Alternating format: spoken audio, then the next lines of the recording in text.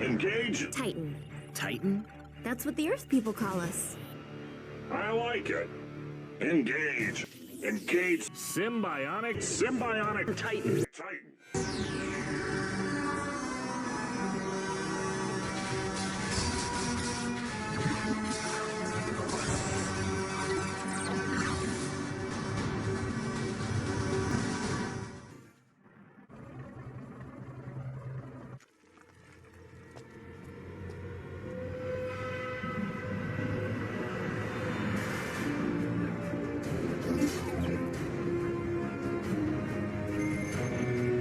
Welcome to Too Soon, a series on the channel where I take a look at a series canceled after one season and see if it was gone too soon and if it should come back. Today, we are looking at the lives of teenage aliens trying to adapt to high school life and hide their identities as they turn into giant robots in one even bigger robot to fight off the same aliens that drove them from their home world as they protect their new world. Today, we are looking at Cartoon Network's Sym-Bionic Titan. First previewed at the 2009 San Diego Comic-Con, the show premiered September 17th, 2010. The show was created by, I might get these names wrong, Gennady Tartakovsky, Brian Andrews, and Paul Rudish. Okay, I think I just got one of those names wrong. The show was directed by Tartakovsky. I hate the one that I'm probably getting wrong. What am I doing? I can look this up. Never mind, I was getting it right. But Tartakovsky is like the kind of main brain behind this show, at least from all information I've seen. Obviously, I'm not in the writer's room there, or the creative room, or any room but my bedroom. But he's well known for other shows like Dexter's Laboratory, Primal, Samurai Jack, Clone Wars. But he has referred to Sym-Bionic Titan as the most challenging show he's ever done. This is a show about finding oneself, attempting to define humanity, and a family coming together. So let's dive in to Sym-Bionic Titan. Starting off with our three main characters. I just like to introduce the characters, so when I give these rundowns of the episode, it's not just names flying at you. Hopefully I give you an idea of the important ones you need to know. Starting off with Ilana. Ilana is the Princess of Galaluna, the homeworld of our main characters. She's the optimist of the group and the most compassionate, wanting to protect the new world that they've found, but she does desperately want to go back and save her world that has been overrun by evil forces. Next, we have Lance, the epitome of cool, nonchalant, mysterious. He has a dark and checkered past, but is a member of the Galalunian military and was assigned by the king, Alana's father, to be her protector on this journey that they're on. And he puts that mission above everything else, including his own life and the lives of everyone else on the planet. But does he stay as rigid as we see him in the beginning? We'll find out together. And finally, Ilana is probably the main character of the show, at least this is truly a trio. But she's probably supposed to be the main character, but man, the most important of these three to me is this final one here, Octus.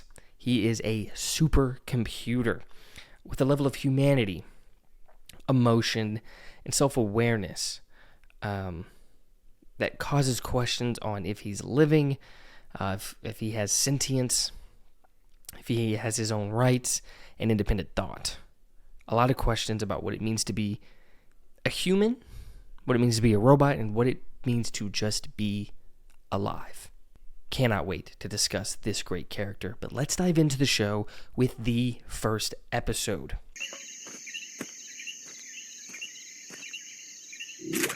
Princess! No, wait!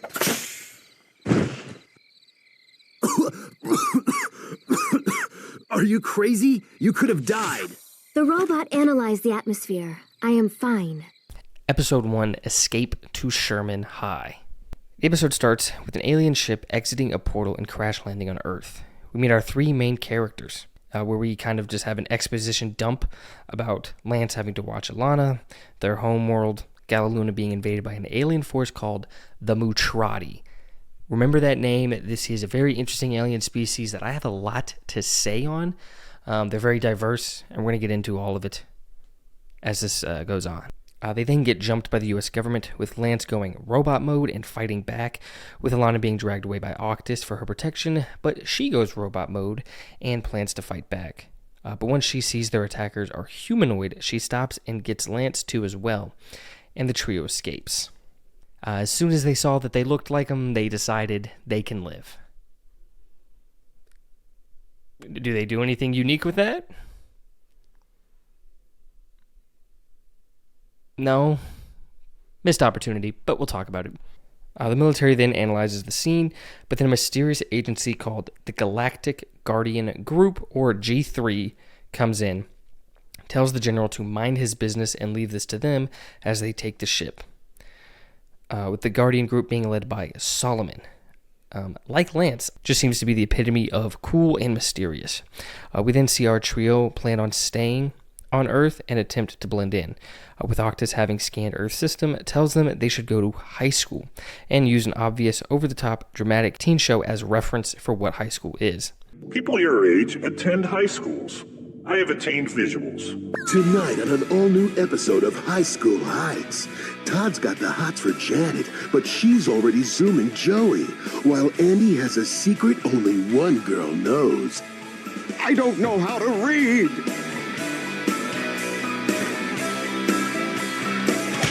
That's coming up tonight on the WC. What a perfect hiding place. We then cut to Galaluna, where we see the king has been captured. We get our first look at the Mutrati and learn a general of the Galalunian military, who was presumed dead and left behind, is now enraged and is leading the Mutrati against his old king. The general, Medulla, interrogates the king, wanting to find Ilana, to stomp out any hope the resistance has. The king stays strong, but Medulla has some mind-reading powers and sees the princess went through a space rift. So Medulla sends an alien through the same rift after them. Then, back on Earth, our main trio starts attending school, with Octus taking on the identity of Newton to blend in, with Newton giving a rundown on high school stereotypes, like it was a nature documentary. A school spirit leader, or cheerleader. They seem to control the school's social hierarchy. Be warned, they are the most dangerous people here. Class starts, and Lance is really committing to the too cool for school type. Newton shows off his brain, and Alana really comes off as a weird girl, as she's still very alien and princessy.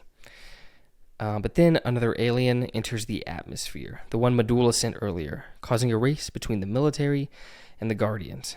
But at school, Lance beats the fuck out of these jocks because he was sitting at their table.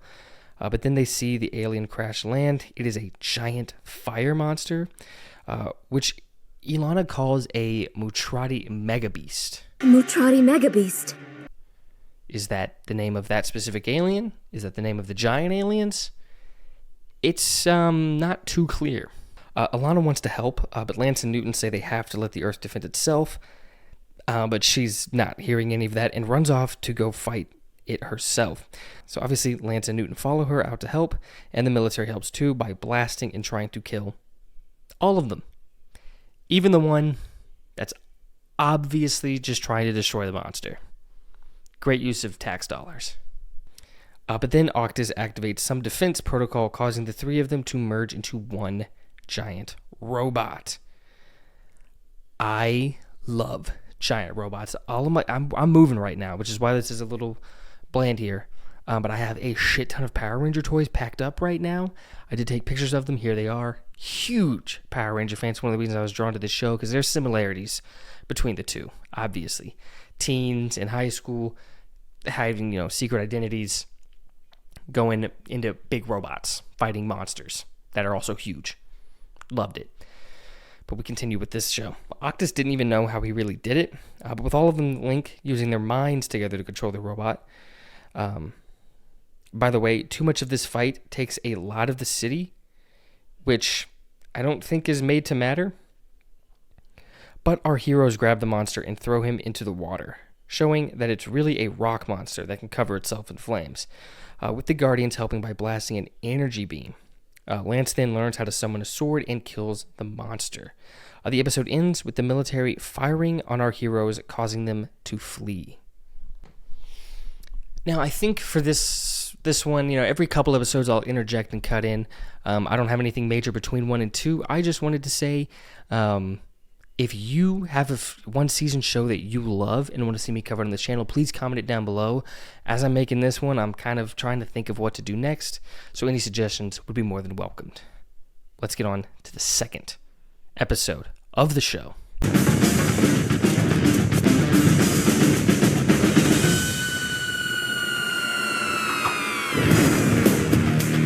Episode 2, Neighbors in Disguise. This one, we see the trio house shopping, and we're introduced to Mr. Lunas, the alter ego of Octus, that poses as Lance and Alana's dad.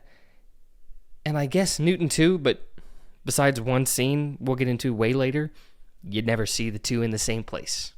We kind of see each of the characters' traits as they inspect the house, showing what they all kind of value and are looking for, with Octus checking the power of the house, Lance surveying the neighborhood for danger, and Alana lovingly watches the neighbors live life. The team gets the house.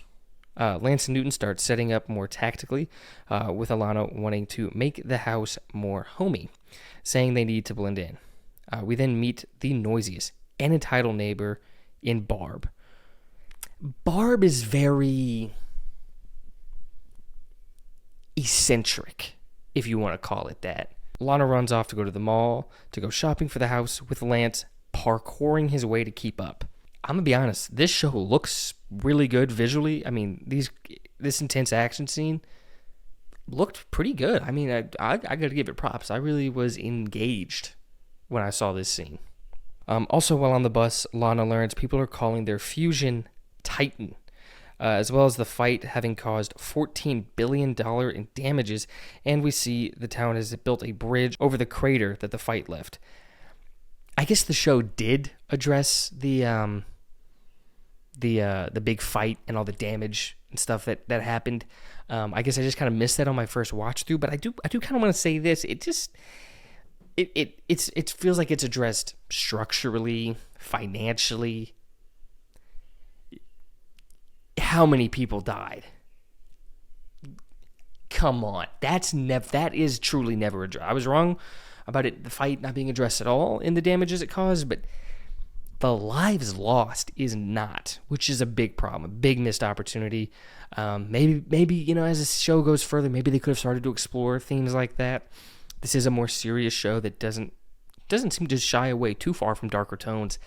I just wish they kind of focused a little more on the lives lost aspect of these giant monster fights. They didn't, but we continue. Lance catches up with Alana while she's still in the bus. We then cut back to Galilunia with the resistance force attacking Medulla.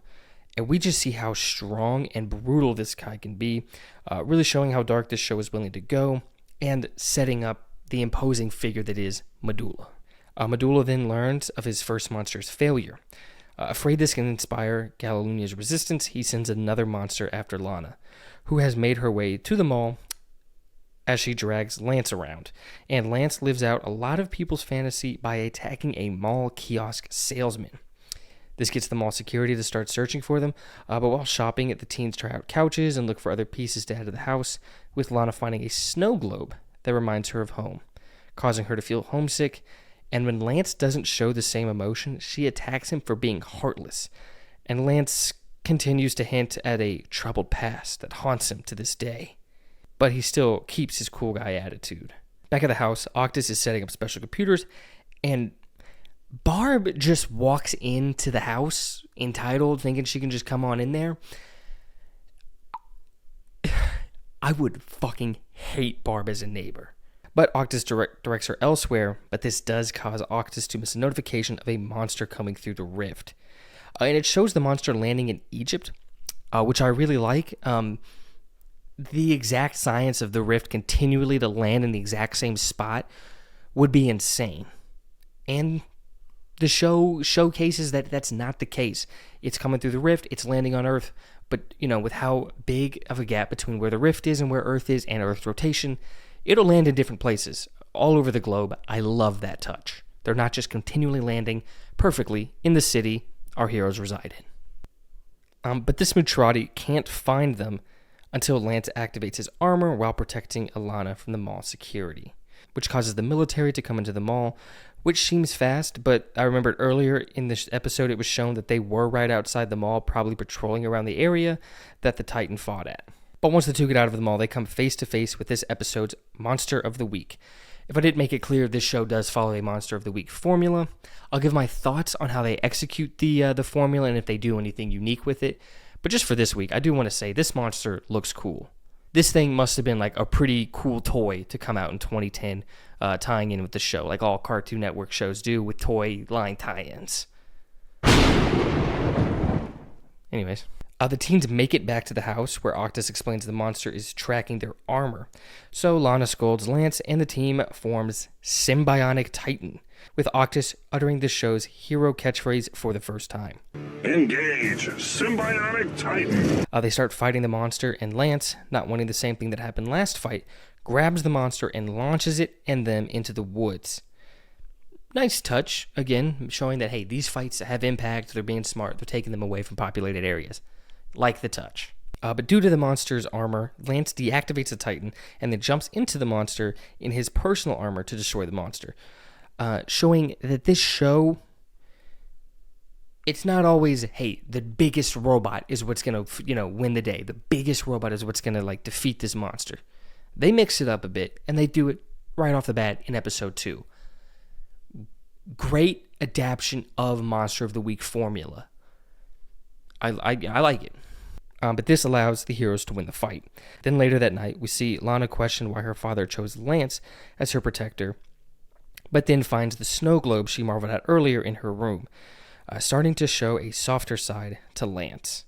The episode ends with Solomon, of the Galactic Guardians, getting footage from the mall of Lana and Lance activating their armor. Setting up a little something. Now, I gave them little sneak intros earlier, but now I want to expand a little further on our 3 main heroes. These are the main characters. They're in an overwhelming majority of the episodes. There's some episodes that they actually aren't quite in, but I do just want to talk a little more about each character, starting off with Ilana.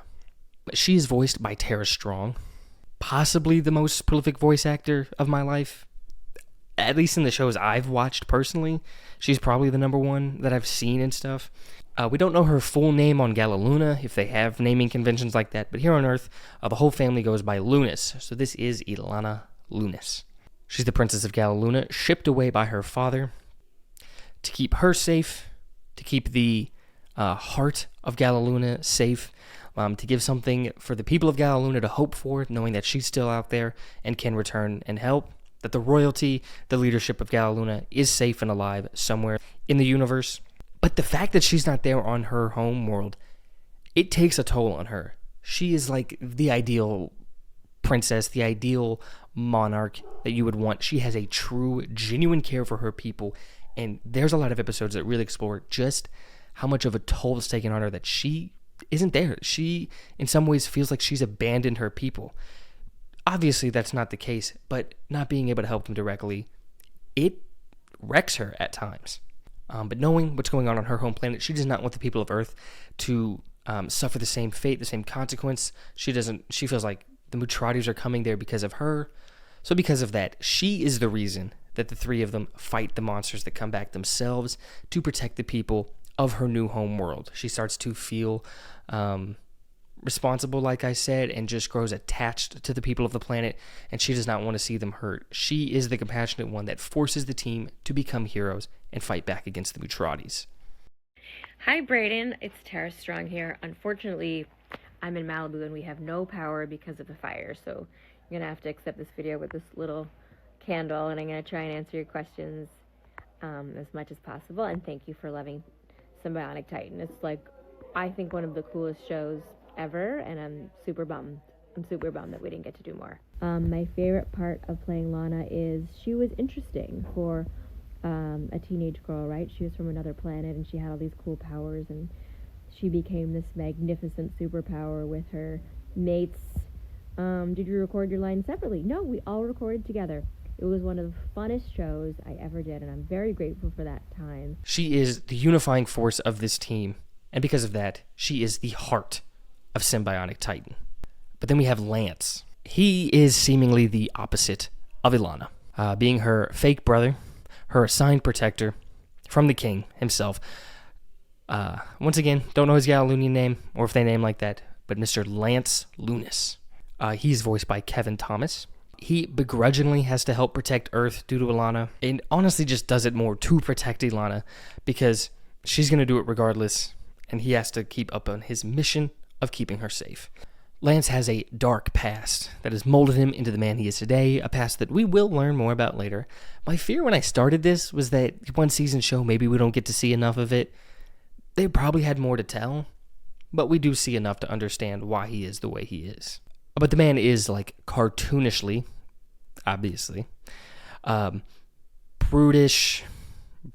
brooding, nonchalant, just the strong silent type, which funnily enough causes Lance to be desired heavily at school, romantically by the women there, but just in any sense of the word by everyone at school. Everyone wants to know Lance, be friends with Lance, date Lance. And this actually does kind of annoy Ilana, as she wants to be liked. She wants to have this community at the school, and Lance doesn't at all. But we see just the peak physical shape that Lance is in, his determination to keep that shape, to carry out his mission, this causing him to be truly the body of the Sym-Bionic Titan. But as the show goes on, his care for Ilana and Octus evolves from simply being an order to something that is truly something he cares about within his heart. And it's a nice subtle change that we see throughout the show, but he might not have as much change to him and how he acts as our final member of the trio does. Octus in robot form, Newton in teen form, Mr. Lunas in adult form. He's voiced by Brian Posehn. I hope I pronounced that right. Apologies if I didn't. Octus usually acts as a mediator between Lance and Ilana, sometimes acting as a tiebreaker. Although there's plenty of times in this show, it's 2-3 against Ilana. She still gets what she wants. But he is a technical marvel. I mean, capable of doing a lot of incredible things. Most importantly, being the connective piece of Titan. But like I alluded to earlier, what they do more interesting with this character is exploring his humanity.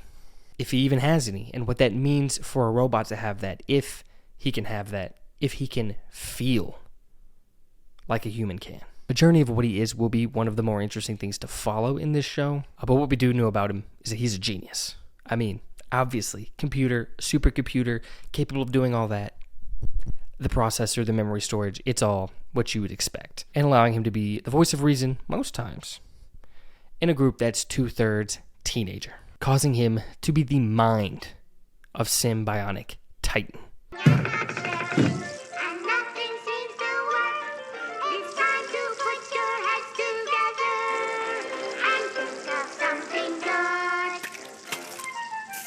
What are you doing? I am preparing a nutritious meal composed of the 3 basic food groups: eggs, dairy, and meat. Why are you talking like that? No reason. No reason. Episode 3, Elephant Logic. This is like the team chemistry building episode. I think most team-based shows have these kind of episodes, but especially Power Rangers, and especially through the lens of like them not getting together, like working together, and that affecting how they fight in the Megazord. And then, they learn to work together, and they fight well in the Megazord. Spoiler, that's what happens here in this episode. 2 of the characters aren't getting along. They can't control Titan as well. They get along at the end, and they control Titan very well. This episode starts with the military scavenging the sea for neutrality parts. Then a news debate with the general arguing against the Titan with the news anchor in support of them. We then see the team training in Titan form, with Lance wanting to use more offensive strategies and Ilana wanting to do more defensive ones. The 2 just arguing, not getting along, with the arguing causing their flight mode to be turned on for the first time. But they still continue to argue while in flight mode. This causes them to crash land and just hurt the food supply of America. I mean, that much crop loss, that farmer's at least fucked. They drive home in silence. Octus then watches 2 children arguing, with the parents getting them to cooperate by quoting some kids show, which causes Octus to try and use the obviously for small children show to help teach the teens how to act as a team. We then see the military scooped some rock out of the ocean with the General Steele, the main figurehead for the military we see throughout the show, just try to break it open. against the scientist's wishes, with Solomon warning him, showing that the galactic group has capabilities that are even greater than the military. But General Steele doesn't listen to anybody and continues to laser the rock, which causes it to form some super weather pattern. Characters not listening to scientists and characters fucking around with aliens shit to such a degree, such a dumb degree, never makes sense to me. I would be terrified of anything not of this planet. I'm like, I don't know what the fuck this can do. But this machismo man keeps pushing on. We then cut to the school with Lana and Lance giving some report, but their disagreements have seeped into the classroom, causing them to give one of the worst presentations that the teacher says they can try again tomorrow after they resolve whatever sibling issues they have. Then in the hallway, Newton has the same conversation he had with Lance with Alana, neither thinking the other is willing to talk to the other. The weather pattern then causes a dark sky, alerting Alana, who decides to go towards it alone, due to her problems with Lance. The military is just shooting shit at the cloud. I would call this dumb. I think somebody threw this idea out one time. Newton then tells Lance that Alana has gone out and activated her armor alone, and we see her attempt to fix the issue herself, but Lance and Octus catch up to her, and Octus activates the Titan. And the two continue to argue on what to do, so Octus plays the kid show through the Titan. You're fighting and not sharing, and nothing seems to work. It's time to put your heads together and think of something good. Octus says since Earth kids can work together, why can't they? So Alana and Lance essentially get shamed into working together instead of learning about each other. Not the best resolution to their issues between the two. It's not some coming to understand each other's perspective or just learning more about each other and respecting each other. They just got bullied into working together by Octus, but it doesn't seem to hold any resentment. That's also seemed to let go through shame. It doesn't work like that. I'll come out and say it doesn't work like that, but we move on. And they fly into the storm, fight lightning, ultimately absorbing the storm's lightning blast, redirecting it back into itself, depowering the storm, and stopping the crisis. Later at school, we see that Lana and Lance were able to come together to ace the report in school, ending the episode. If only we had Lance. I know he could help even the odds. The word is he's on a mission for the king, and I'm sure it's far more dangerous than this.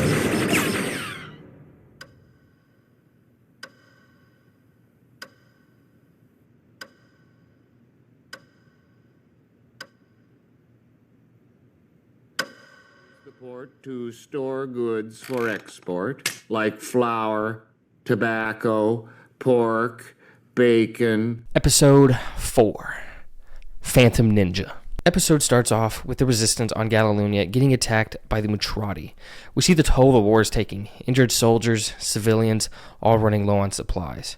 We hear the soldiers saying Lance must be doing something very important due to him not being there and being one of their best.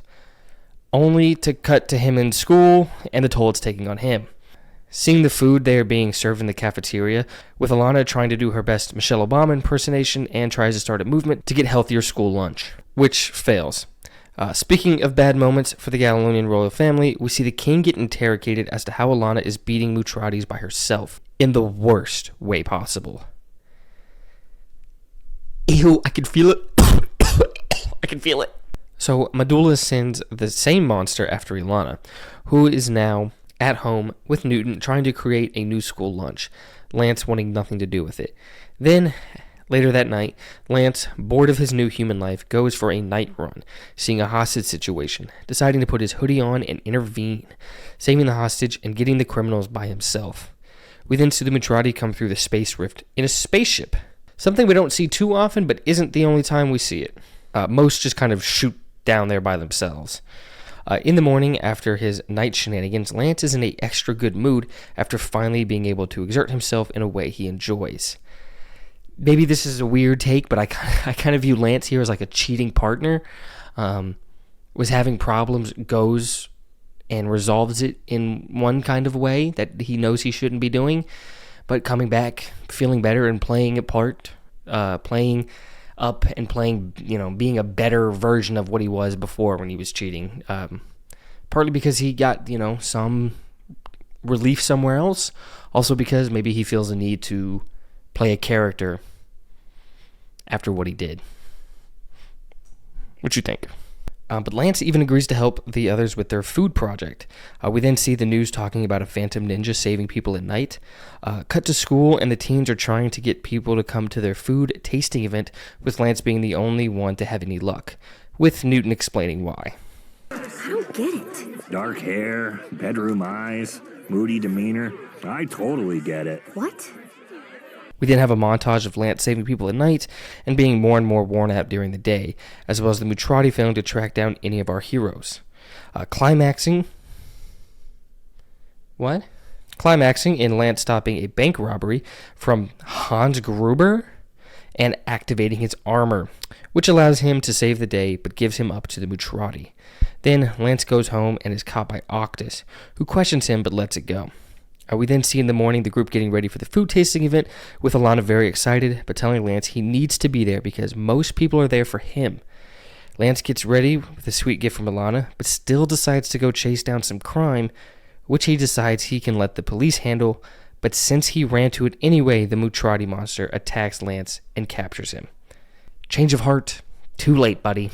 This causes Lance obviously to miss the food event, so everyone leaves, pissing Ilana off, who really put a lot of work into it, and she is not happy at Lance. Lance also gets burrowed into. It's still there.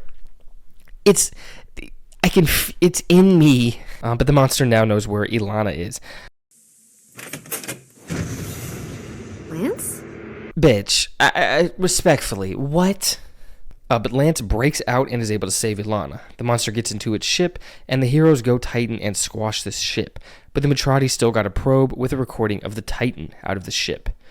Back at school, Ilana is still sad about the food event, but then sees Lance is serving the food out at lunch, trying to promote it, and makes things up to Ilana, which she seems to accept. Episode ends with Mandula having learned about the Titan.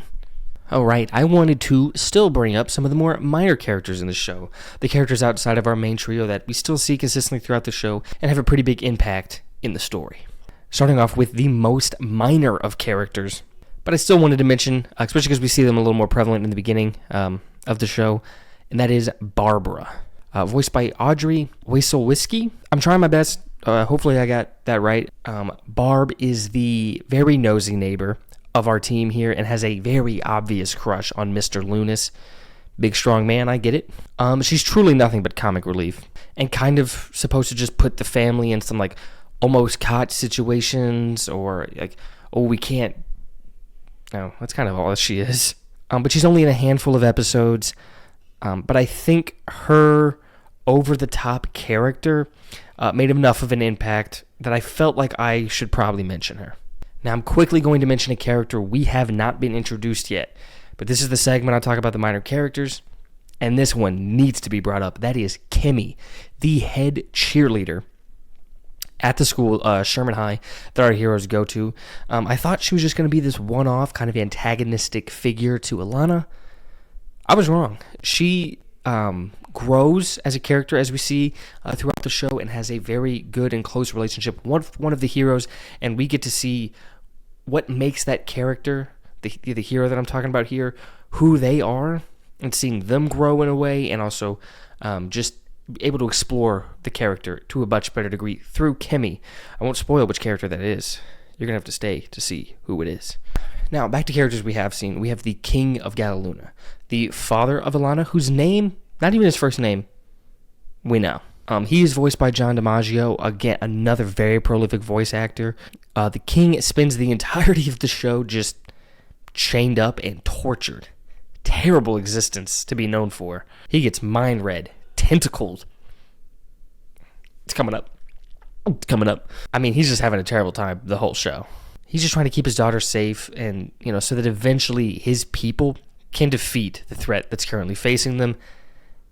The threat led by the King's former, main general, Medulla, voiced by Dawn Leslie. We never really see on screen what actually happened with Medulla. We only kind of get it hinted at, alluded to, parts kind of said. All we know is that the king did lead some attack against Mutrati, and they retreated, presuming that Medulla was dead, left him behind, and he was not happy about that. Medulla is extremely smart. He was the top general, extreme tactician, extremely strong in his own right.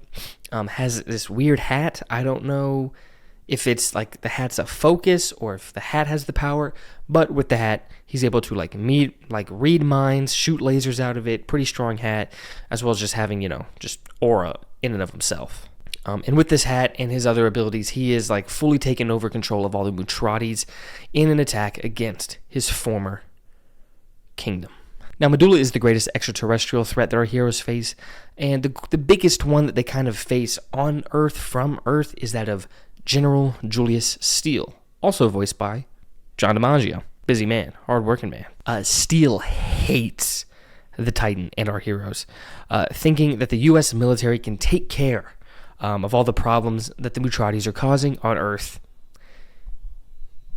They can't. They just outright can't. He needs to be a little more welcoming to these guys. And he blames the heroes for the Mutratis even being there, which, he's right. Technically speaking, he is right about that. But still sees the Titan as much a threat as the Mutrati itself, and he spends his time trying to defeat the Titan and track down who our heroes even are. He's very eccentric, and honestly, rarely even really a threat to our heroes. With some very notable exceptions that we'll get into later. Finally, the only person that General Julius Steele might hate more than the Titan, than our heroes, than our trio, is that of Solomon, the leader of the mysterious G3 group, the Galactic Guardian group, voiced by Tim Russ. Amazing voice, by the way, in the show. What do you think you're doing, General? Solomon. First confirmed extraterrestrial contact, and you miss it. Pull your men back, General. Braden, how are you? Tim Russ here from Sym-Bionic Titans. I gotta say, I don't get too many requests for anything about Sym-Bionic Titans. It was a very short-lived series. The voice, Solomon, I came up with a character voice based on what the character looked like and what the description of the character was in the profile. So myself and the director came up with that voice. That's usually how I do it for the other characters I have to play in other projects. These Galactic Guardians seem to be better equipped to handle any threat than the military is, seeming to have more knowledge about aliens than any other group on Earth, with Solomon kind of investigating the identity of our heroes a little bit more effectively than Steele, and he is characterized by his cooler mystique, seemingly great physical ability, not as distrusting of Titan as Steele is, and he most definitely knows more about what's going on than is first shown. And as a side note, I think he's just meant to kind of act as a parallel to Lance. I'll be able to explain more of that even better later on, but just the mystique, the coolness, the edge, the physical ability, the fighting ability, and then just this kind of distrust that they seem to have at times. Kind of causing them to almost be pseudo-rivals, but not really. We'll get into it as they interact more throughout the show.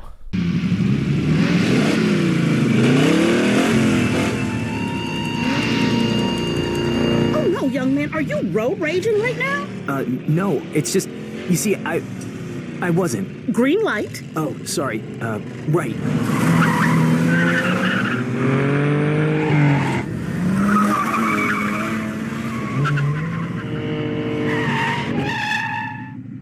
What's wrong with you? He braked. I'm gonna break you if you don't watch it. Episode 5, Roar of the White Dragon. Episode starts with some street racer being chased by the police, causing a crash that makes Alana late for class, absolutely pissing her off. We see Alana exhibit more of a type A personality that isn't always consistent throughout the show. But Lance becomes infatuated with street racing cars because of this. The gang gets to school, and Alana rushes to class without her bag, and Newton and Lance see the car from earlier pull up to school. When Lance and Newton try to check out the car, the guy is just a total dick to them, causing the duo to decide to make a race car of their own. Alana gets to her class late, and since she didn't have her bag, the teacher just gives her an F. which is insane. It's a kind of teacher where it's like, why are you here if you don't like students? What are you doing? Then at lunch, Alana mopes around having a bad day and goes off on Lance for wanting to get a car without a license. The racer from earlier pulls up, smashes the guy's model, and starts trouble, which Alana breaks up in the worst way. Boys, fighting on school grounds is against the rules. Whoa, little sis. I wouldn't want to break the rules. Good. Come on, boys. We better go before little sister gives us a ticket. But the guys then get back to work at home making their own race car, which Lance takes to race the White Dragon, the guy that's been bugging them, even though Lance was told to not drive the car yet without his license. During this race, Lance is definitely the better driver, but the White Dragon's goons definitely keep trying to kill him. This whole race sequence is like insanely long, but it was kind of a really cool sequence, just the way it all kind of looked visually, the way they incorporated the audio. Like, there's not much talking. Like, they're straight racing, not even much music. You just hear the engines of the car rev, the tires screeching, the turning, breaking through shit. It's an amazing sequence. But when Lance confronts the White Dragon, the cops come and Lance gets arrested, forcing Alana to have to come get him out, which her rule-followingness seemingly allowed her to know the penal code, getting Lance out with no trouble. Ilana beraids Lance for driving without a license, so we get a montage of him studying the driving rules, then passing his written exam, and he starts to take his driving test, where the White Dragon and his gang just torment him while he's taking it. The driving ed teacher is a little slow to realize that they're being essentially attacked, but eventually wises up to it.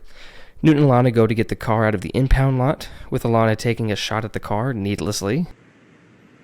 That's it? It's so...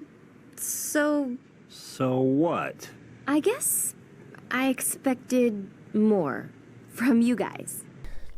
Then a rift gate opens up with a monster coming down, so Newton and Alana go towards Lance, with Newton going the speed limit because it's the rules, and Alana, in a moment that's supposed to be growth, and starts to understand that sometimes rules need to be broken, but she changes up the moment she's like first challenged with it, so it doesn't really hit for me. It was kind of an easy resolution to her growth on this side of things.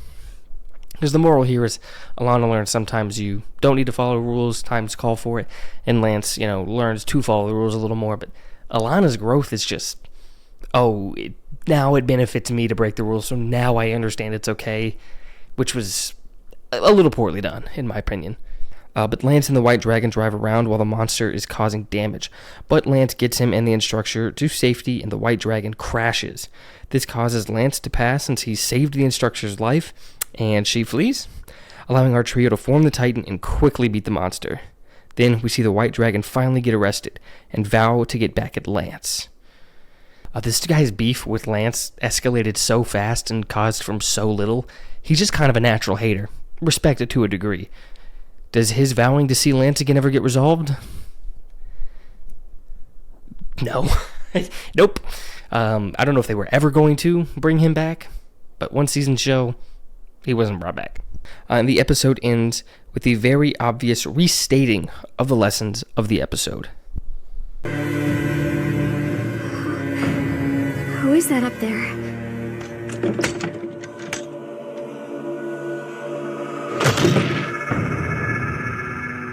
Father! No! No! Episode 6, Shaman of Fear.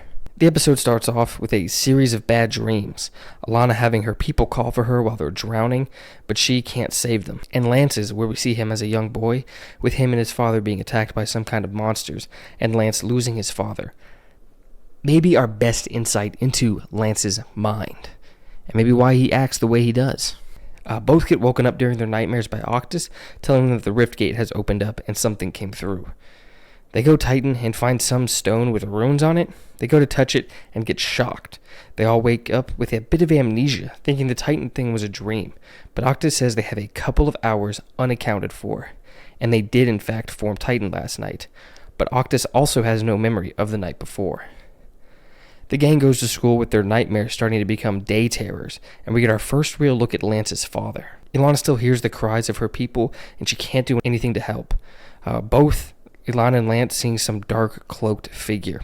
Octus goes over the footage of what happened the night before, scanning the frames, finally uncovering the dark cloaked figure had appeared in their home the night before. Cut to Lance running like this. He doesn't run like that before this, and he does not run like that again after this. Ilana then starts to demand to go home, but then realizes Lance is having hallucinations like her, and Lance starts to open up about his visions, thinking it's about his father's death. The two finally make it home and are greeted by the cloaked figure we've been seeing. Newton starts to race home, running like this. This run sequence we do see him do again. Back at the house, the evil shaman is putting the teens through more nightmare tortures.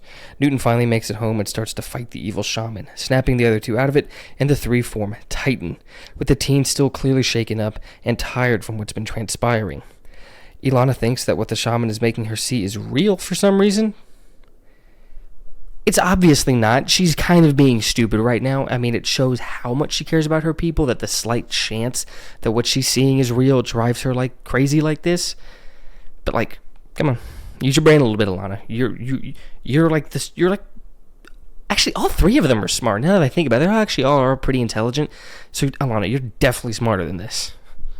Yeah, I never really thought about it till now. Each three of these characters are pretty intelligent in different ways, and like moments of one being stupid is like within different fields of like knowledge, I guess, common sense things or relationship things, but there's not a dumb one. I kind of like that. Sometimes there being a true dumb one in a group gets overplayed. I like this dynamic here. But anyways, crazy side tangent, not even anywhere in the script. Let's keep moving. Anyways, yeah, the shaman who made a fighter out of the rock that crashed earlier starts to fight the Titan. We then get one of the better and also funnier hand-throwing sequence in the show.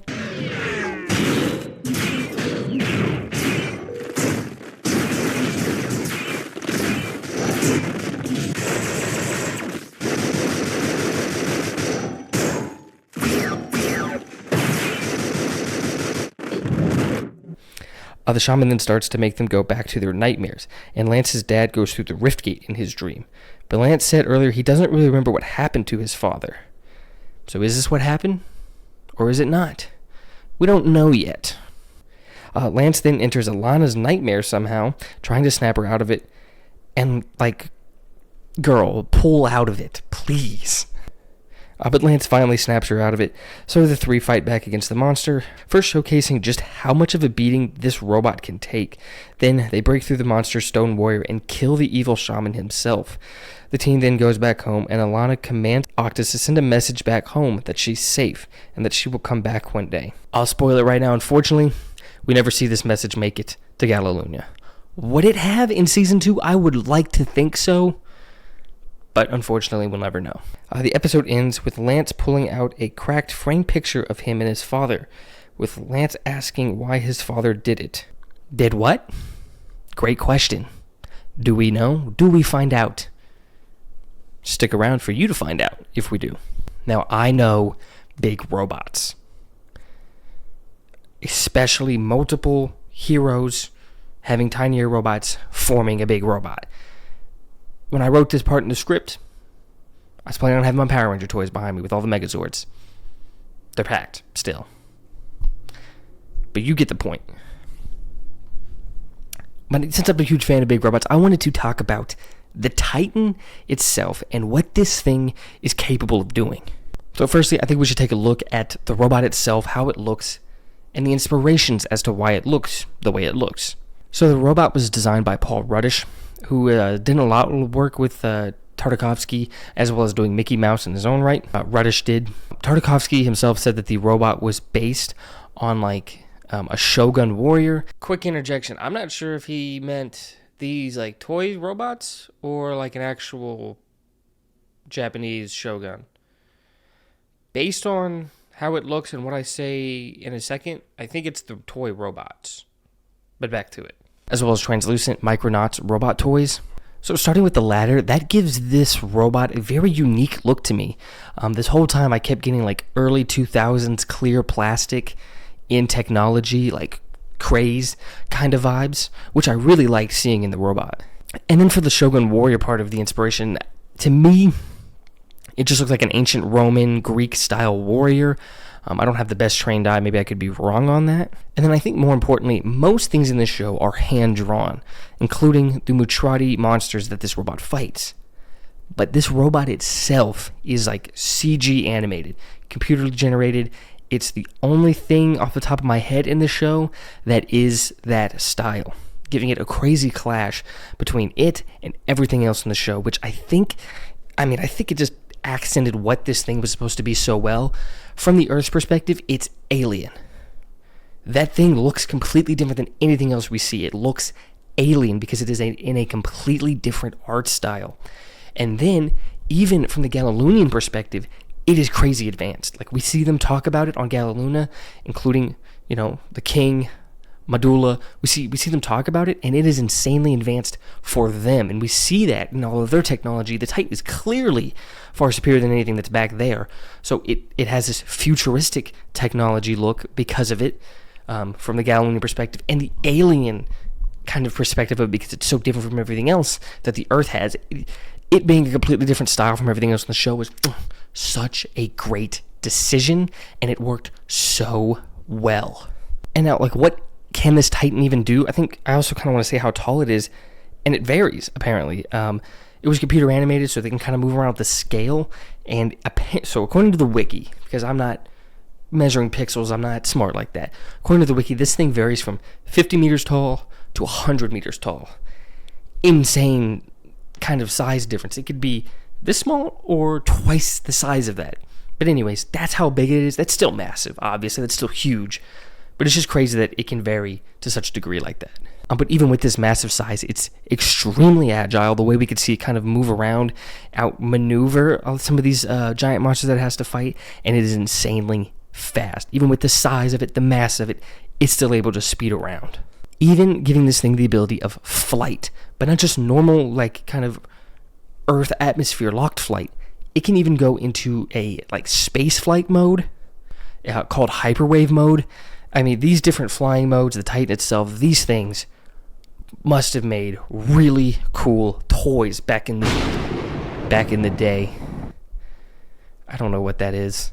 The Titan itself then has its own shield that I think is based on Alana's shield that she has in her little robot mode.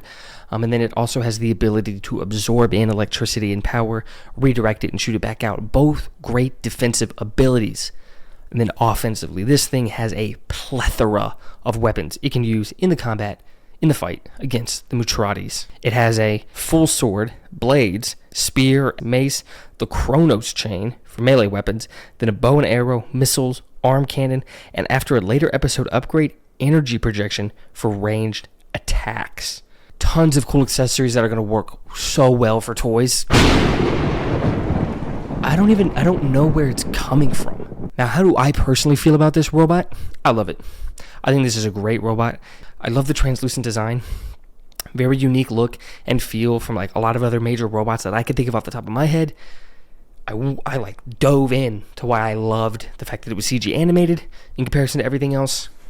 Chef's kiss. Tons of great weapons around for it to use, giving it a lot of different methods of fighting, a lot of different unique ways to combat the enemy threat. It's not just, okay, sword time, okay, finishing cannon move time. It can attack things in a variety of different ways. It's not stale. It becomes less predictable, like in Power Rangers or something like that. Usually there's like the power sword or something like that, and you're like, okay, that's the finisher, that's what we know we're getting into.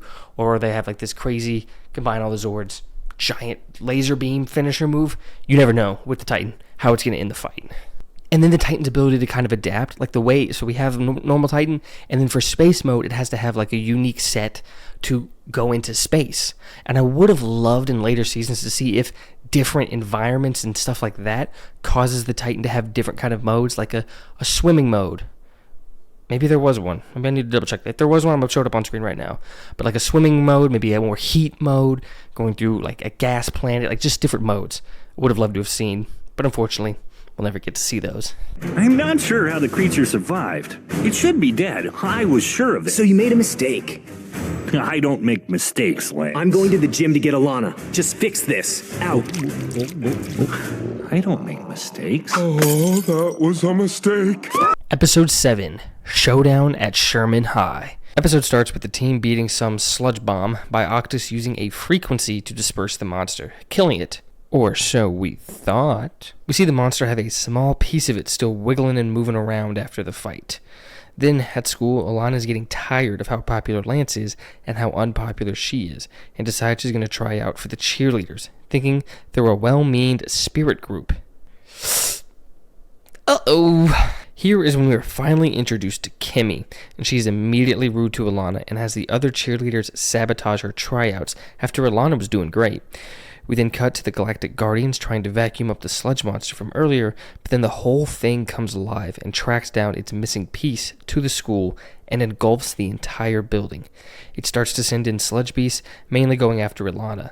The whole group is split up, Ilana trying to stay alive and save the cheerleaders, who aren't very grateful, Lance working his way to Ilana, dressing up as the school mascot along the way, and Newton in a classroom with Meat, his mental opposite, as he tries to figure out a way to beat the monster.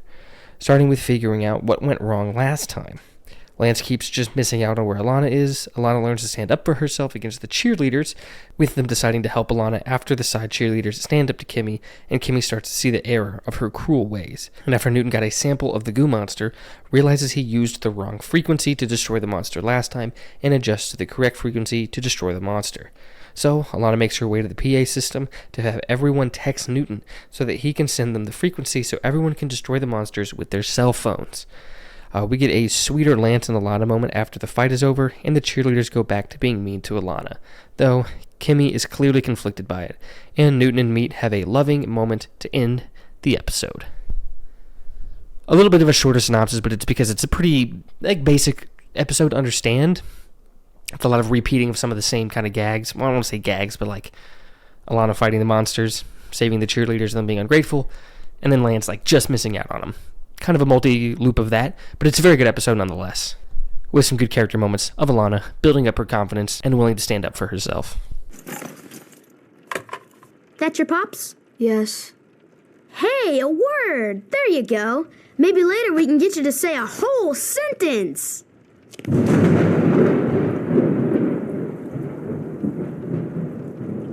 Episode 8, Shadows of Youth.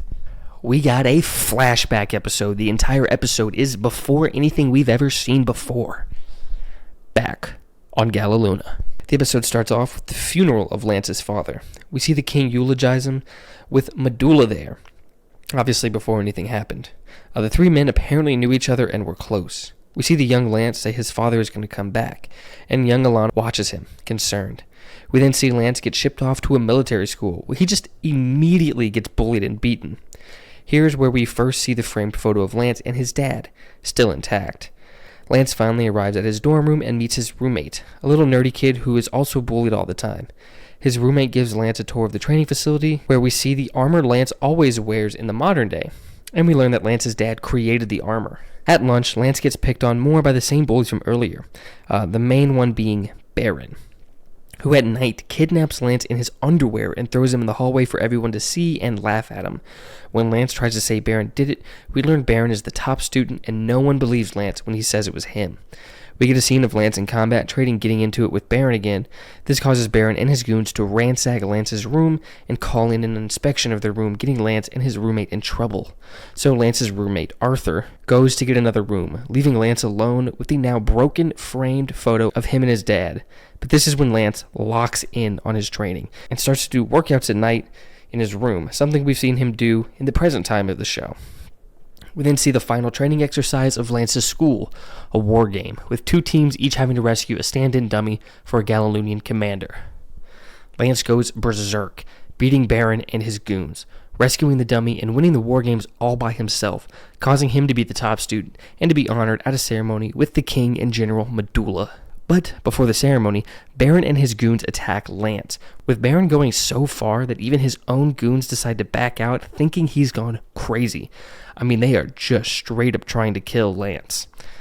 This fight then leads to a fight between Lance and Baron in the mech armor, and they wreak such havoc, interrupting the ceremony, and we see General Medulla show off his skill by pulling both boys out of the armor, and gets Baron and Lance arrested, with Baron getting bailed out by his father, and the king comes to talk to Lance in his cell, with the king talking about how Lance is like his father, and how his father would be disappointed. A little contradictory. I kind of think, in a way, you're like your father, he'd be disappointed. What?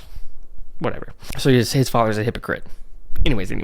We see Lance go back to the boarding school after all the kids get picked up by their parents, and Lance hides away his father's photo now, ending the episode.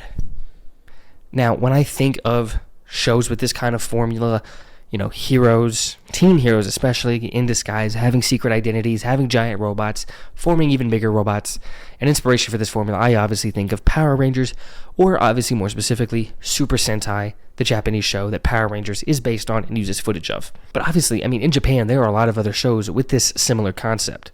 So what kind of shows and things like that inspired this show? Tartakovsky actually said he saw a good bit of Japanese television when he was a child, including Voltron. Besides Power Rangers, or maybe even including Power Rangers, the most famous smaller robots, bigger robot, mech fighting show ever. As well as Robotech, another mech show, Spectre-Man, a giant dude fighting giant monsters, and Johnny Soko, another robot-centered show. These shows all kind of inspire the mech side of this show. Voltron with the combiner piece that's shown with Alana, Lance, and Octus coming together to form the Titan. Robotech with a teen to young adult piloting a giant robot. The Johnny Soko kind of hammering home the giant robot versus giant alien bit. Other Japanese shows that Tartakovsky watched were Star Blazers and Battle of the Planets. Both shows following a younger set of heroes protecting humanity, just like our Galilunian trio, with Battle of the Planets being the one Tartakovsky mentioned the most in these interviews. All these shows work together in Tartakovsky's mind to result in our trio of Galilunian heroes protecting Earth from aliens and piloting the Titan, which is how I would summarize the show in its most simplest terms. But there's more to the show than just that. But we'll get into some of those other aspects later, and the inspirations for those. Until then, let's get back to the show. You are so cuddly. You want to sleep with Alani Wani tonight? No! We still don't know what that creature is. It came from Utrod. For all we know, it could be a weapon. It could be dangerous. All right, gosh, relax.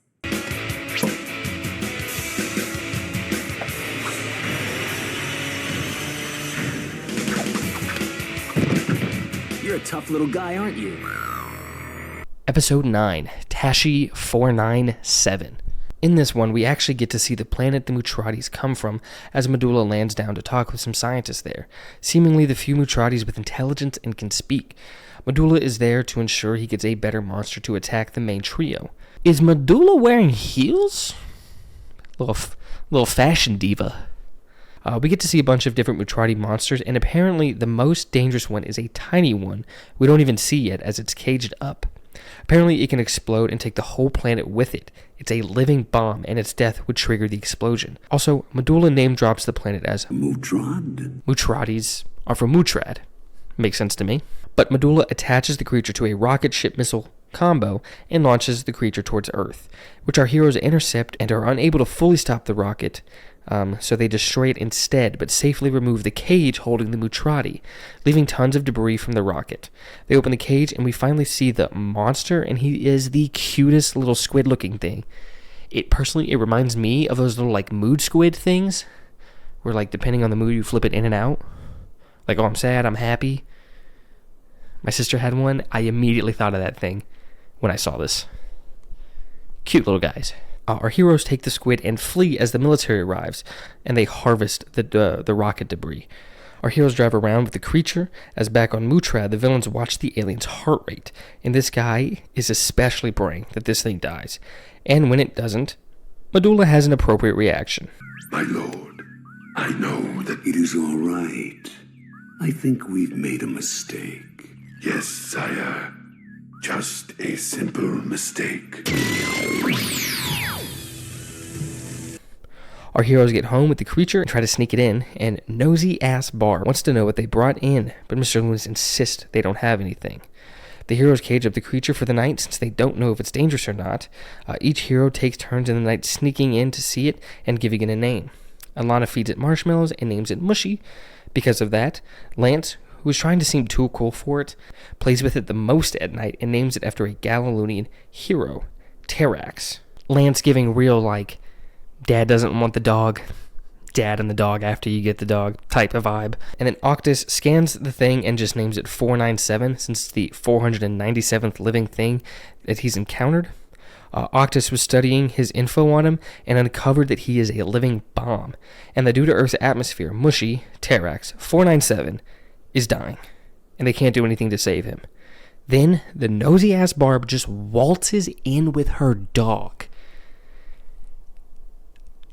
I'm starting to have a hard time believing this, that she's able to just do this with as paranoid as Lance is, with how, like, procedural Octus is, how type A Alana even is, that all three of them just left the front door unlocked.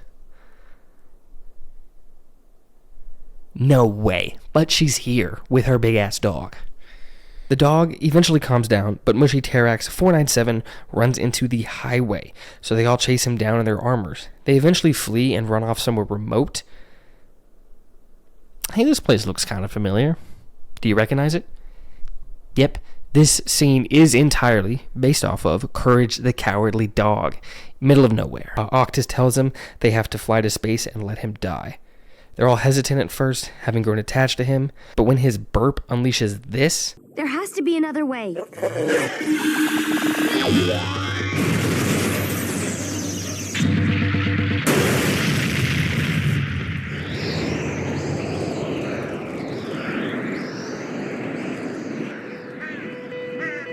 They realize they have to do it. They activate their spaceflight protocol for the first time in the show, take him far away from Earth, and let him pass away.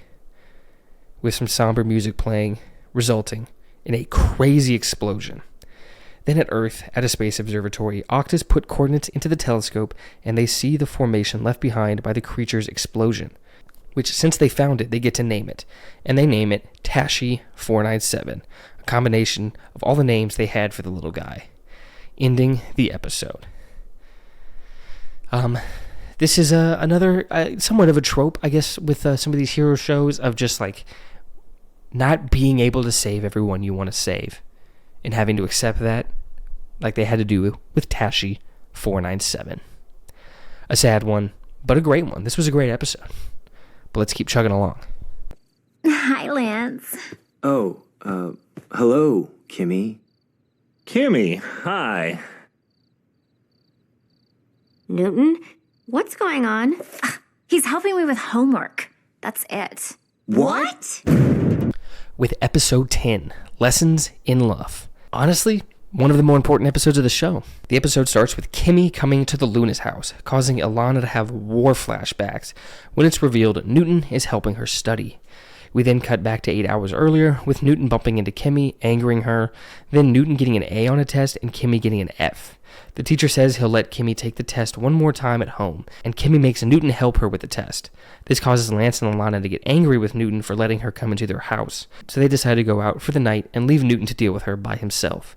So Newton tries to help Kimmy study, but she can't listen and just wants Newton to do it for her, which he refuses. I love that Newton isn't like a overly scared nerd of, the mean girl. He stands his ground on this. We then see the rift open and something shoots through, which kills all the electronics. But Newton doesn't say anything, and the teens are somewhere that they don't notice. So back to the study, and Kimmy just starts dancing instead of working. I'll mention this later. Newton just lays into her and gets her to focus a little more for like 2 seconds. Alana and Lance are out eating when some kid from school invites them out to some concert. Back to the study, and Newton keeps checking Kimmy and not letting up, trying to get her to do the work, making Kimmy break down crying, talking about social hierarchy and social norms and roles. So Newton picks her up, saying she can be what she wants to be and can do it. So she likes what Newton is saying and finally locks in on the work and gets a question right.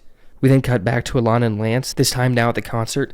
Lance liking the vibe and Alana not really getting it at first, but starts to buy in once she sees Lance having a good time, but are interrupted by the Mutrati attack. And they can't armor up because the monster has stopped all electricity, including their watches. Which, by the way, those watches would be some pretty cool toys, too. I'm going crazy. I don't know what this sound is. But we go back to Kim and Newton, and Kim getting the hang of the math and starting to have a good time with Newton. She's asking him if he's had a girlfriend before. The two L's race back home, avoiding the monster, and barge in on Kimmy and Newton having a moment, almost kissing. They tell him about the Mutrati and ask about what's going on between him and Kimmy, with Lance calling her his girlfriend. But Newton tells Kimmy she has to go because he has family matters to attend to, so she leaves, but kisses him first, and he literally sparks up, leaving the L's looking on in horror. We then get a funny scene of Kimmy walking home dancing to music with the fight going on in the background. Then, the next day, Kimmy is asking Newton to walk her to class, and the two are holding hands, with the L's in amazement that this is happening, to end the episode. So I talked about the alien and mech robots side of the show and its inspirations. Now I kind of want to get into the other setting of the show, like the actual setting of Sherman High, the high school dynamics, the teen dynamics, everything that has to come with, and what inspirations led Tartakovsky to wanting to take that kind of angle when telling this story. The biggest thing that inspired that kind of teen drama side of this for Tartakovsky were John Hughes movies, saying, constantly in interviews saying that those movies inspired this side of the show, specifically naming The Breakfast Club and 16 Candles. Like when he recounted the scene with Kimmy, listening to music and dancing after the kiss as the Titan fight kind of goes on in the background, saying it's like the unforgettable final scene from 16 Candles and Breakfast Club collided with the best action movie. I mean, I think anytime a teen movie or show or anything gets kids from different walks of life and into a group together, like with Alana, Lance, and Octus, you can kind of cite Breakfast Club as an inspiration for that. Extroverted, bundle of joy Alana, strong silent type with Lance, uncool and nerdy but super smart Octus, and honestly, as the show goes on, the ultra popular mean girl Kimmy playing a pretty prominent role in this group. But I think another thing, interesting thing that helped inspire the dynamics of the show, specifically the relationship between Ilana and Lance, and that being Miyazaki's film Castle in the Sky, a movie of two orphans being pursued by the government with what the girl Sheeta has, which has obvious parallels to our duo here, with Lance, an actual orphan, and then Alana, somewhat forced to be right now in this moment, having to come together and protecting each other, mainly Alana, because of what she has, the royal bloodline from the Mutratis. I see it. And as a side note, in an episode of Samurai Jack, another show by Tartakovsky, there was a episode where a prince, princess, and a robot flee their planet looking for help. I'm guessing he really liked the idea of that. Even made a show out of it. Tartakovsky wanted the show to be more than just robot fights. He wanted teen drama to kind of ground the show from the fantastical elements that come with these giant alien fights, and more relatability to the heroes in the fights. And I think he did a great job at doing that, and these inspirations all really helped pave the way for that. Well, he was bold, with a big brown mustache. He had kind of a flat nose, too.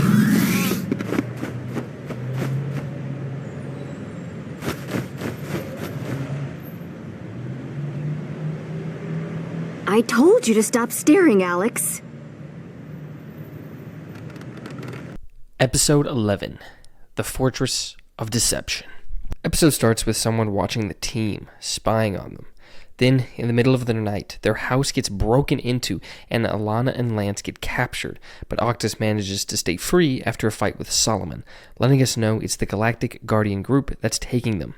Newton tries to follow them, but they get away. The L's wake up in a cell without their watches. They then take Lance away, leaving Alana alone when they throw in another prisoner. Lance is in interrogation. They show the footage from the mall at the beginning of the season, kind of tying in that little seed they planted earlier. Lance then starts to get tortured for information and is unfazed until they bring up Alana, giving Lance enough anger to break free. Cutting back to Alana and the prisoner. It's clearly Solomon. Solomon starts explaining to Alana where they are, G3, the Galactic Guardian Group. It's a non-government agency tasked with protecting Earth, and he says his name is Kane. Lance then comes in blasting and frees Alana, who then convinces him to set Kane free. Lance doesn't trust him, but since he seems to have knowledge of where they are, they take him with them. Kane helps them sneak around, tells them that he used to work for G3, which sets Lance's alarms off even more. We then see a vault in G3 with a bunch of different stuff from the Mutratis and their ship. They then get ambushed by G3, and we get a cool fight scene with Kane and Lance fighting together, fighting the same way, with Lance and Kane questioning each other on how they learned how to fight. I kind of glanced over this at first, but I think it's alluding to them being either taught by the same person or taught in the same fighting style. And since Solomon learned it on Earth and Lance learned it on Galaluna, it brings a huge question as to how they learned the same fighting style. Who knows? I have a theory, but we'll see. The L's then split from Kane as Lance's little trust for him is seemingly gone. Lance and Alana get to the edge of the base, and it's revealed they're on a floating base. They get trapped by G3 men, but Kane decides to help them one more time and throws in their watches, allowing them to armor up and fight back. During the fight, the team realizes G3 has tech similar to them. Then Octus arrives, so the team goes Titan, keeps fighting. But then Kane signals to G3, summoning restraints that work on Titan. Kane soups up to Solomon, shocking nobody, and starts talking to the robot, who we can hear talk for the first time and has its own voice actor, Richard McCongle. We're not telling you anything. The Titan then takes in the energy it was being shocked with and uses it to escape, an ability that was set up earlier in the show. The team talks about what to do next, and the episode ends with Solomon answering to some mysterious figure. Who do you think this figure is? Comment down below. Any guesses, any theories? My theory has already been a little alluded to. Wait.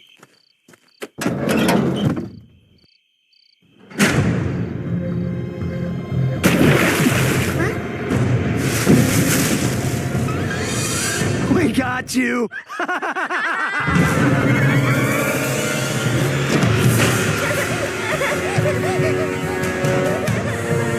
Episode 12, The Ballad of Scary Mary. Episode starts with a Carrie ripoff story that leads this girl running off into the woods and becomes an urban legend, Scary Mary, with rumors she still haunts the woods. We then go back to modern times with our trio and Kimmy driving to a Scary Mary party, with the L's still not sure what they think of Newton and Kimmy's relationship, which they are clearly officially dating at this point.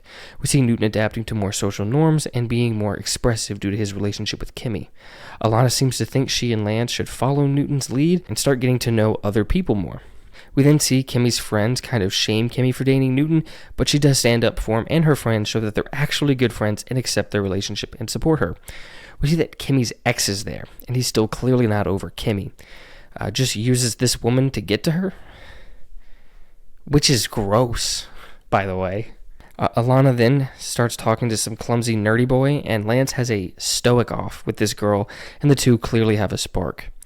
Then Alana and the nerdy boy are stargazing, and we see the rift gate open up. So all our heroes abandon their partners, except Alana, who didn't see the rift open up, even though the way it cut from them stargazing to the rift made it look like they were looking right at it. Whatever.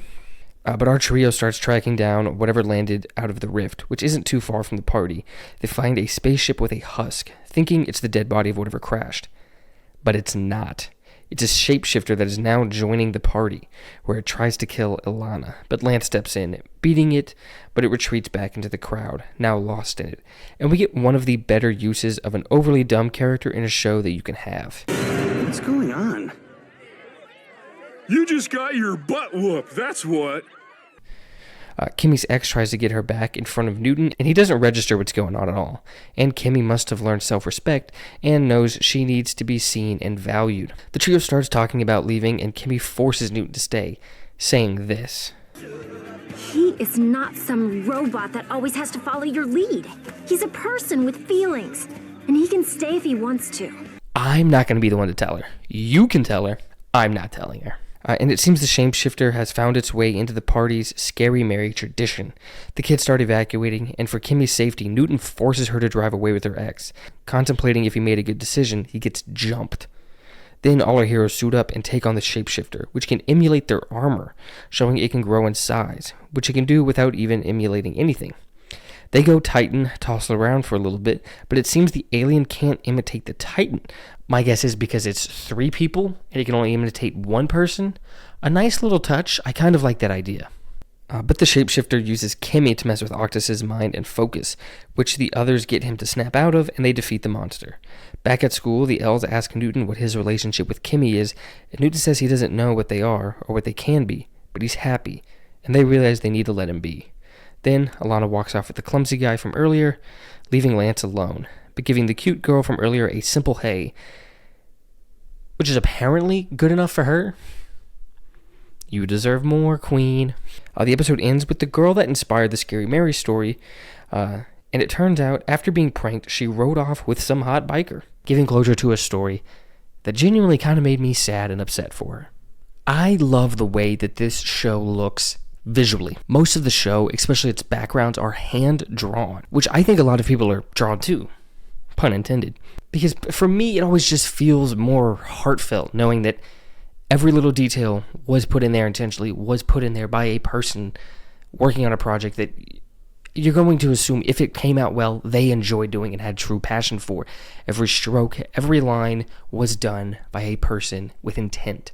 And now, I don't know if this is true, but I imagine there's more freedom and less restraint on creativity if you do hand drawings. Hand drawing is what you do growing up. It's the most accessible to learn. I'd imagine for some of these more like tech-based drawing forms that we're seeing, there's a learning curve to it that can either dissuade people from doing it, or maybe through financial means or whatever, there's like a wall of entry. With hand drawing, it's the easiest to pick up, it's the most accessible to learn, unlike CG art. But like I said, there is one thing in this show that is CG, and that's the Titan. And you know what? I'm not against like computer animation or anything like that. It can be done very well. It can be done very beautifully. It can be done with a lot of passion. And I love how the Titan is in this. I went on by a lot about it earlier, so I'm not going to ramble on it again, but it looks great. It complements like the storyline, like the story elements of its look very well, hitting all the themes it needs to. It's, as a big robot connoisseur, it's a great one. Not the best one I've seen, because I think I'm drawn to maybe a little bit more. I think I'm just drawn to Power Ranger style robots. I think I just like seeing distinct pieces come together and still seeing a little bit of their uniqueness in the robot, kind of showcasing like a team coming together, keeping their individuality, but working towards something together. In this robot, it's very uniform. But again, it's still a great robot. And I'm comparing it to something that's unfair. It's a different thing. I don't need to compare it, but that when I think big robots, I think Power Rangers. So that is where my mind's going to go. And then I'm just going to quickly kind of flash up and throw up some of the different like concept arts and like early drawings from the show that I could find online. All of these look great. And it led to a great looking show. I'm going to say it again. This show visually is amazing. And so is the episode. So let's get back to them. You know, I've been thinking, when we get home, I might want to go on a date. That's a good idea. You might want to wait a bit. Why? Just trust me. Starting with episode 13, The Demon Within. Ladies and gentlemen, we're getting a zombie bite episode. Would you say if you were bitten? Yes, you're dying anyways. Let people know you might change into something, or you're feeling bad. Share your feelings, please. The team investigates an alien that landed in a swamp. The team starts by talking about Octus's date with Kimmy, and Alana not understanding the signs that Kimmy was trying to make a move on Octus. But Lance did. Kimmy kept moving closer and closer. At one point, she was right next to my face. So she was trying to kiss you? She was? She was? Alana then reveals she's never been on a real date, always had escorts and or arranged diplomatic meetings. But then the team gets jumped by the Mutrati. They think they have it dead, but it was just a ruse. As when they desuit, it comes back to life and tongues Alana. Also, I noticed this is like kind of one of the first times they wear normal outfits in the show. At least that wasn't made a point of emphasis, like dressing up for the food event, just dressing up for something fancy or in a montage that we've seen. They then go through the woods to keep looking for the Mutrati, but Alana is getting sick from the wound and starts to have mood swings, getting more aggressive at the boys. Then when they start trekking forward, she clearly has increased physical ability. She keeps trying to act like she's fine, but Alana notices she's starting to change physically, looking more like the monster, but keeps it hidden. Which, again, is dumb. The moment I have webbed hands or I'm growing scales, first of all, I think I'd be too freaked out to keep it hidden. It would just involuntarily come out, but I'd also like to think I would share. And then it's revealed the Mutrati they are looking for is stalking them. They then get attacked by an alligator that's been creaturified, but Alana beats it with her bare hands, brutally. After the fight, Alana's changes have been revealed, and she starts to run off, hating how she looks. Newton says that her DNA is being replaced by the creatures. Alana, then succumbing to more of the changes and being commanded by the Mutrati, attacks the other two. But Lance's aura gets Alana to chill, long enough to let the boys escape. They decide they'll have to defeat the monster in hope of freeing Alana. So, Octus distracts Alana, while Lance goes and tries to kill the original Mutrati. This plan doesn't work, and Alana and the Mutrati start to fly off. But Lance just jumps on the ship last second and skewers the Mutrati, which allows Alana to change back to her human form, leaving her totally naked. But done tastefully. It makes logical sense. Her clothes were kind of ripped away as she was transforming into a new fight, and it's not done over the top. It's not too sexualized. She's covered up very well when they do realize. And it's even made a point of emphasis that she's fucking ugly right now after this transformation, traumatic experience, not played up to, fulfill fantasies. But that is what ends the episode. All right, just want to quickly interject here. If you've made it this far in the video, I really, hopefully that means you're enjoying this video, you enjoy this type of content, and I want to make more of these videos and keep doing other videos, and maybe if you guys have any other ideas and suggestions, I could do those as well. So if that's the case, you like all this stuff, I would really appreciate you supporting the channel by obviously liking, subscribing, commenting. But if you really like it and you are able to, can afford it, anything like that, please become a member. I've got like 3 tiers, I think, of memberships down below. Anything, watching this video this far is already more than enough. Anything even more than that is even more appreciated. And if you have any ideas for what reward should be in the tiers, the things I kind of have there now are kind of placeholders. I don't really know what to put there. I don't, whatever you guys would like to see there, I'll probably put there. But yeah, it would be really appreciated. I have a lot of credit card debt. I got a little crazy at some point. I don't even really know how it got to the point that it is, but please help a brother out. Also, these cameos that I have for these videos aren't free.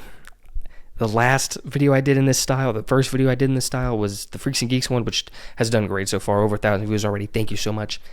Demonetized. Even with all the shit I had to do just to get it not blocked, it's demonetized. So again, if you could do, anything is appreciated. I think there's also like thanks, which are just like tips, I guess.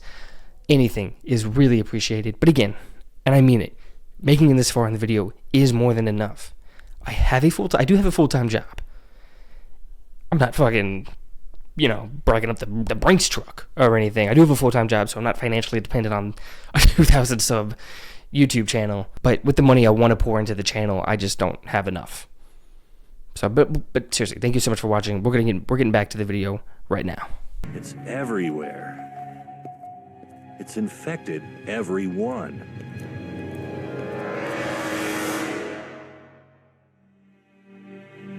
Everyone human.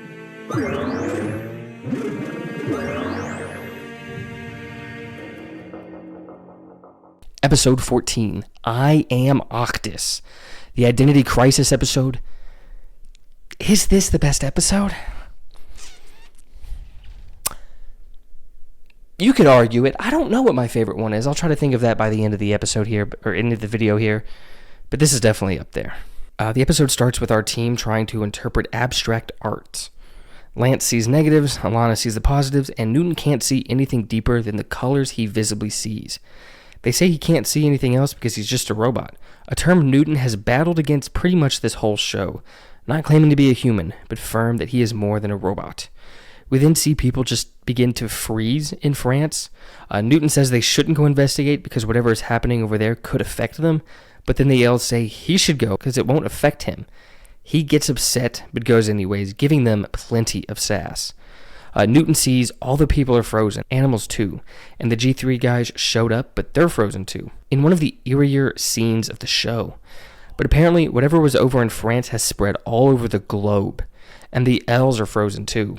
And I'm thinking with all the car crashes that this would cause, the other crashes, that something just happened pretty big, like news-wise, other crashes that could be happening at this time, this is probably the most deadly Mutrati attack. It's global what this would be. But Newton just kind of walks around in the now still and weirdly peaceful world. Newton tries to go Sym-Bionic Titan to wake the others, but it doesn't work. But we do get to see giant solo Octus. Newton then locks in and tracks the source of the freeze, something through the rift gate, with a monster to come.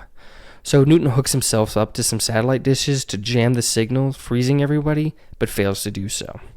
Newton starts to wonder why he can't solve the problem, if his quest to become more human has caused his inability to solve the problem. He starts to wonder what he feels, if they're real emotions, or if they're just what's appropriate to feel in those moments, and wonders why he can't see anything beyond the surface of the painting. Then, Man-Bat comes through the rift gate. Newton gets out of his feelings and comes up with a solution to defeat the monster, using Ilana to distract the monster, while he gets close to jam its signal, freeing everyone from the freeze. He starts to wonder if using his friends like this is a good idea, but decides it's what's needed to be done, so he does, and then executes his plan perfectly, freeing everyone from the freeze, going Titan, and defeating the monster. We then see our team each paint their own painting, each showing off their personality. Newton learns to accept that he doesn't see the world the way they do, and feels more comfortable in his identity, seeing the world the way he does. Ending the episode. So this whole show is Ilana, Lance, and Octus being on Earth, hiding on Earth, fighting these Mutratis for the sake of Galiluna. But, like, what is Galiluna? We know it's a planet, but, like, what culture does it have? What does it look like? What are they fighting for? So I want to take a look and tell you everything there is that we know about Galiluna.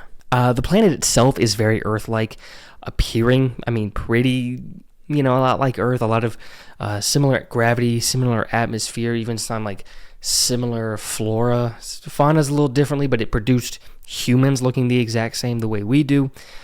I would say the first notable difference in Galiluna, visually, from Earth, is its 3 moons that are kind of clumped together. I'm not sure how the gravity hasn't them all together. But they have 3 moons, just like a large, medium, and small moon orbiting the planet. Another noticeable difference in Galiluna is that it appears to be mostly land. And that definitely has, like, an impact on, like, wars, countries, like how governments would be formed, where cities would be formed around, and the entire, like, way of life over there would be very different from Earth from that simple fact. One that I'm not smart enough to analyze and tell you what it would be. But now for the planet itself, like, what's going on Galiluna? Like, what's the government like? And I'm going to be honest, I'm not entirely certain. So we know that Ilana, Lance, they come from a kingdom. We see the king, Ilana's the princess. We know that there is a monarchy on Galiluna. But I don't know if that one kingdom is of the whole planet. Because there is an episode where Ilana directly references, like, being on a diplomatic date or whatever, one of the guys there, his country having a civil war. Country, not planet. He stated country, which makes me think there are separate countries on Galiluna. There's clearly separate cultures on Galiluna, as we see in a later episode, Ilana take a diplomatic mission or either a diplomatic mission or some type of public showing to a place that may be ruled over by her kingdom, but culturally is clearly very different, which then implies, like, they conquered them, but I guess it's not an evil way because they seem to like it. This scene probably wouldn't be made today. Just gonna leave it at that. But if there's different cultures like that, I would assume there's different countries. So that's what I'm thinking. Maybe they misspoke earlier, and when she said country, it was meant to be a different planet. But I'm going to choose, my headcanon for this is that there is the kingdom that they're from is the biggest one. It is the major one of that planet, but there are other countries on it. The invasion is happening at that kingdom first and will probably either spread to the whole world or is already affecting the whole world. And I think the biggest reason I want to believe that is because anytime there's human-like characters in sci-fi, the planet is still like unified as one thing. Which, if you're going to have human characters with jealousy, tempers, poor judgment like humans have, and, you know, these aliens from other planets that are just like humans essentially are one for one just like humans with those characteristics, they would not be just holistically unified over the whole planet. Or at least you think they wouldn't. So I like that in this universe, potentially, they finally have a planet with humans on it that's not a unified government. There are separate countries. You know, a long ramble on that. That's just like a personal thing with me. Every time I see humans, it's all, ooh, we're all unified on the one planet, but we still act entirely like humans. You would not be unified holistically like that. Anyways, but back to the kingdom that we do know about. It does seem to be steampunk vibe. I don't know if I'm using that term right. It has like this weird blend of like future technology with like Victorian era styles. I think Victorian, although some even older than that, it kind of looks like sometimes I can't tell like what this style is. But that's the vibe I get. I mean, the kingdom does at least have one military boarding school and does let very young children in. And it seems to be a very prestigious thing, making me wonder how this kingdom values military, how that affects its society, and the need for the military. I mean, they were at peace with the Mutratis, but before that, it seems like this was a constant raging war. Then for the cultural side of this kingdom, we know they put a high value on the agricultural thing, because in an episode where Alana plans a dance at school, she models it after some harvest festival that they have on Galaluna. And there is a dance between the king and his daughter there, and I don't know if that's like a ceremonial thing that the royal family does, or if, you know, just for that festival there's father-daughter dances and her father were just partaking in that. Not sure. But that's all we really know about Galaluna, its culture, and its environment. Would have loved to learn more about the planet. Spoilers! We don't. Really, it gets canceled. Sorry. We're disenfranchised.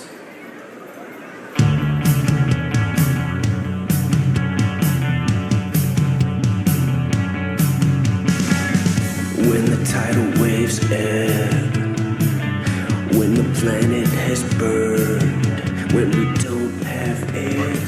Come on, I'm out of here. Where will we turn? Episode 15, Disenfranchised. We get the teen music episode. One of our heroes explores his musical side.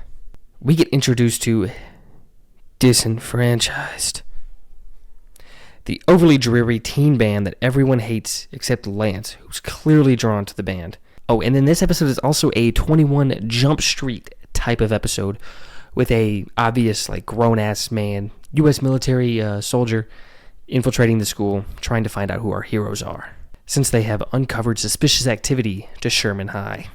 Dropping a "what's up" reference. Hey, what's up? What's up? What's up? What's up? This ad will never die. But then the undercover bumps into Newton and immediately knows he's an alien. But yeah, that's good on him. I don't know how more people haven't been really suspicious of Newton's behavior. But we then see Lance get a guitar for himself. They show him going to a pawn shop, but since Octus can just create money, I'm not sure why he just didn't buy like a new one. But anyways, Lance starts teaching himself guitar and learns pretty quick.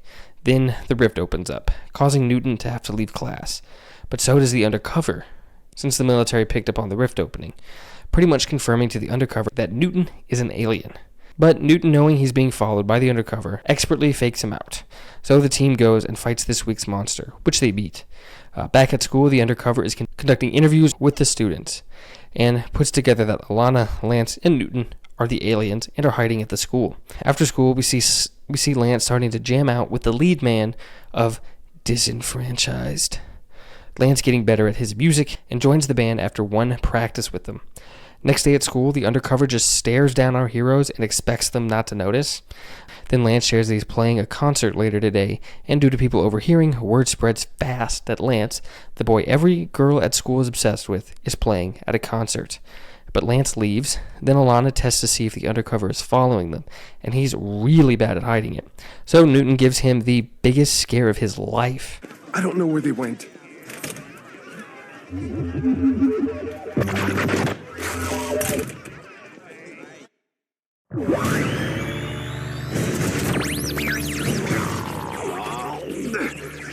Who are you?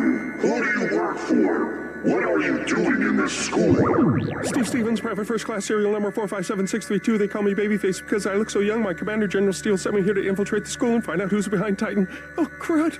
But he shares with the military that our teens are going to be at Lance's concert. So the whole school shows up for the concert, as well as a bunch of undercovers, causing there to be a massive crowd, which for some reason seems to disappoint the band. But while they play, the same monster from before comes back. So Octus uses holograms to make it seem like Alana and Newton are watching the concert, and like Lance is fighting with them, getting the military off their trail. Alana and Newton manage to defeat the monster without Lance, and then at school the next day, Lance is kicked out of the band because he made them too popular. Ilana then brainstorms the idea for a band for just the three of them. This concept never comes back, but does end the episode. False signals and hide the Armada's approach. With Galaluna's shield down and their defenses blinded, we will have total advantage with the ambush. Nothing will stop our invasion now. Their conquest is at hand.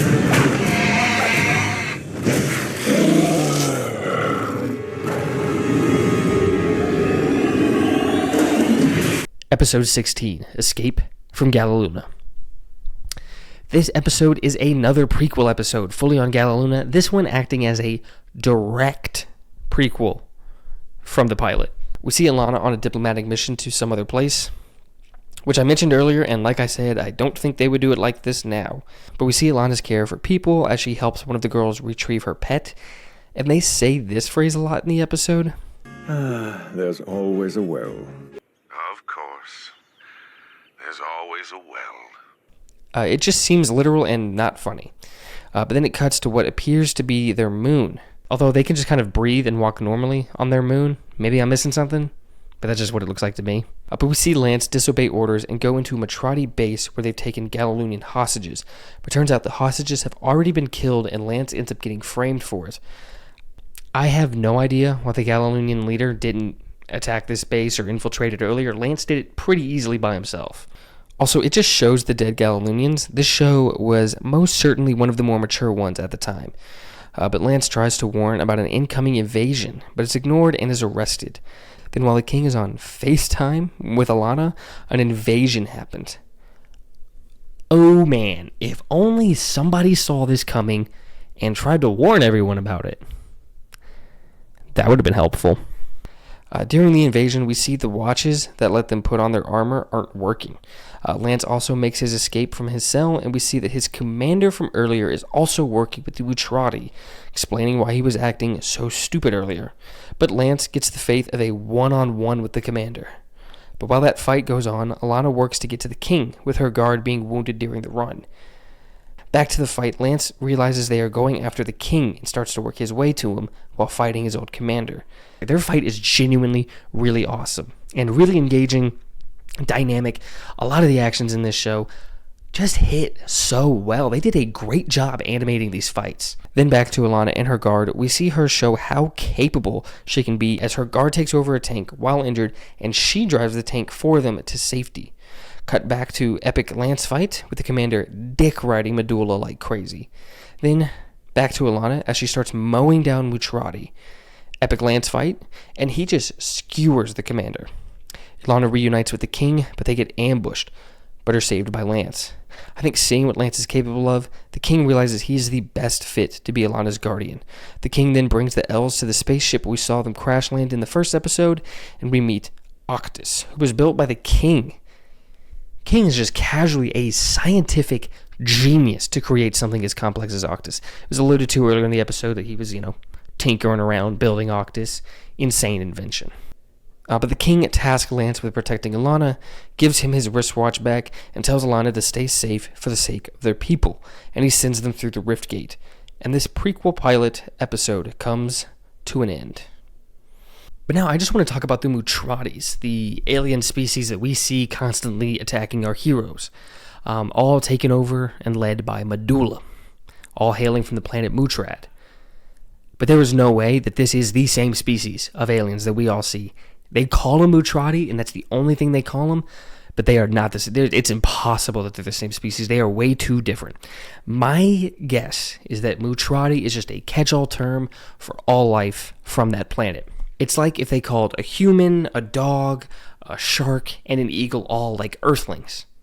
That's the comparison I'm gonna give it to. We are all from Earth, so that is somewhat accurate, but we are all separate species. I think that's the same way it is with Mutrati, because there's no way these are the same species. I mean, I would say the biggest thing collectively for the Mutrati is that a lot of them seem to be mindless, but even then, like, that's what we're told early on as the show goes on. There is plenty of exceptions to that I don't even think we can say that's a connecting rule for them. They're just different. Because there's definitely a smart scientific sect of Mutratis. The ones that we see Medulla, command over and forces them to give him new beast to use to send down to fight the heroes. For that reason, I'm going to call this group of Mutratis, these scientific ones that Medulla forces around, zookeepers, because that's what they are. They have a huge zoo of these, Mutrati beasts. I'm going to call them zookeepers. They're the intelligent branch of the Mutratis. And zookeeper is what the wiki refers to them as. But now here's also where I'm going to disagree with the wiki. The wiki just refers to this beast here as the Mutrati Mega Beast, because Alana calls it the Mutrati Mega Beast, and I think they call them again the Mutrati Mega Beast later on in the show when they see them. Mutrati Mega Beast. Mutrati Mega Beasts. They've never been able to control them before. I could be wrong. It could just be the Mutrati Mega Beast. That's its direct name, but I am going to believe that Mutrati Mega Beast is the name for all of the giant beasts that we see in the show, or at least that's what I'm going to choose to call this branch of the Mutrati. All the giant ones are going to be Mega Beasts to me. And then I think another important section of the Mutrati to point out are like the foot soldier equivalent for the Mutrati Mega Beasts. These like gray kind of hulking beasts that we see multiples of, unlike the Mega Beasts where we kind of just see one of each except for, a handful of ones. These are the grunts. These are the ones that we see kind of fighting directly with the rebellion, fighting alongside Medulla. These were the ones that were like the attacking force in the invasion that we saw. These are the foot Mutratis. Oh, they're also closer to human in size. And then there's one more like major branch of Mutratis I wanted to bring up here. These are the ones that are also similar, like size and somewhat shape to humans, like the foot. But these Mutratis all have like special abilities that set them apart from the foot, that set them apart from the zookeepers I mentioned earlier. I'm going to refer to these one as super Mutrati, as they have like superpowers essentially that make them more unique. And then there's just Tashi in his own category, small, cute, mindless, but the most powerful one at the same time. So it's 4 major branches of Mutrati, and then just Tashi, 497 all by himself. So to recap, we got the zookeepers, intelligent Mutrati, cowardice, similar in size to humans, no shown special abilities. The last one being the biggest difference between them and the super Mutrati. They have special abilities, varying levels of intelligence, usually capable of thought and competence, but not geniuses, like the zookeepers, also human in size. Then we got the foot Mutrati, mindless, multiples of them, normally in groups, violent. They're a little bigger than humans, but not a massive difference. And then finally, the Mega Beast, ginormous creatures our heroes have to go full Titan to beat. They can have varying abilities, usually some unique gimmick to them. And then there's Tashi by himself. Only nice Mutrati, by far the smallest one. But those are all the Mutrati and how I feel they should be classified, with one exception. I do not know where to classify this tunnel-digging Mutrati beast. It might be it fights alongside the foot Mutrati. I kind of want to include it in that branch, but it might be too big to be in that branch, but then it might be too small to be a Mega Beast. So for that one, I'm going to leave it up to you guys. Where do you think this tunneling beast should be categorized under? One final note is that the Galileans are very prejudiced against the Mutratis, constantly referring to them as mindless. Medulla, even while working with them, is clearly disgusted by him and talks down to him. In the beginning of the show, when it starts off and Lance is fighting against the military, willing to kill him, do all that, he only stops when he realizes they're humanoid and not Mutrati. Is this an element, a theme that they could be diving into in this show? They don't. Disappointing. If the show had continued, it would have been very interesting to see them explore this specious mindset that the Galunians seemingly have, and maybe that could have been challenged a little more. Something different from Tashi.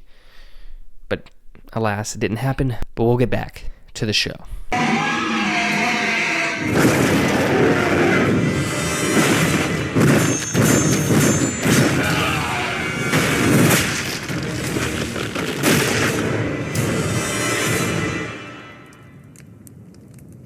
Have your creature delivered to the Rift Gate for transport.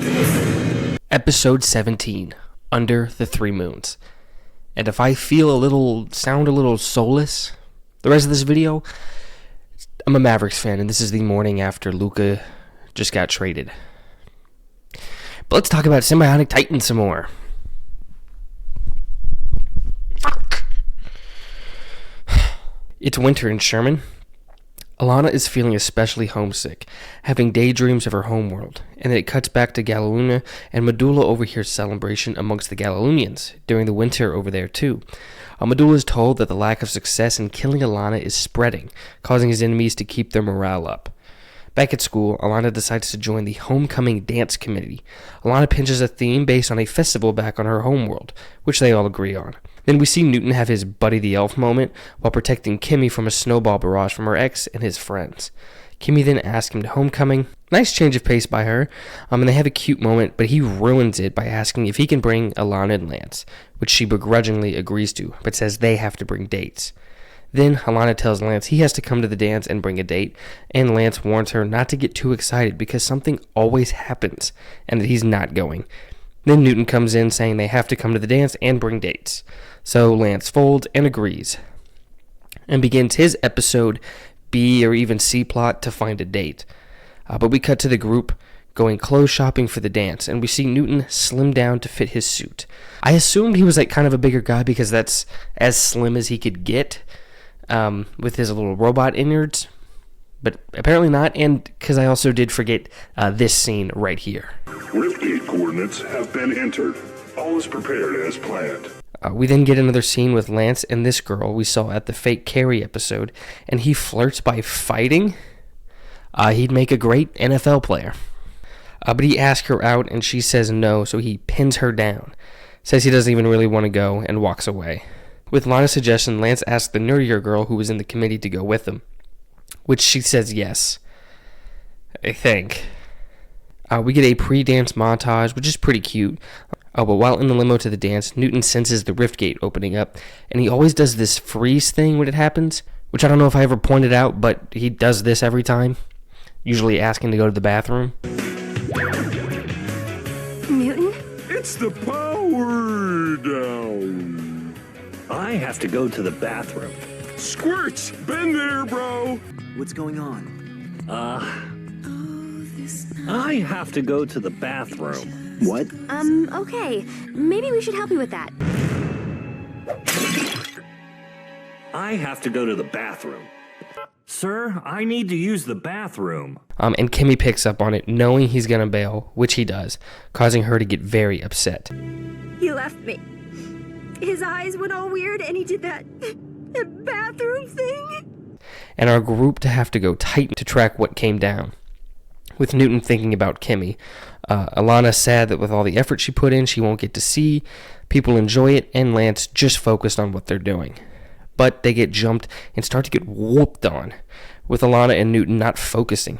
We cut back to homecoming, with Kimmy winning homecoming queen while crying and being comforted by her consistently supportive friends, and her ex-boyfriend winning homecoming king, being very awkward as they have to have a spotlight dance, with her ex talking down on our boy. He's our boy. I know you like Newton too.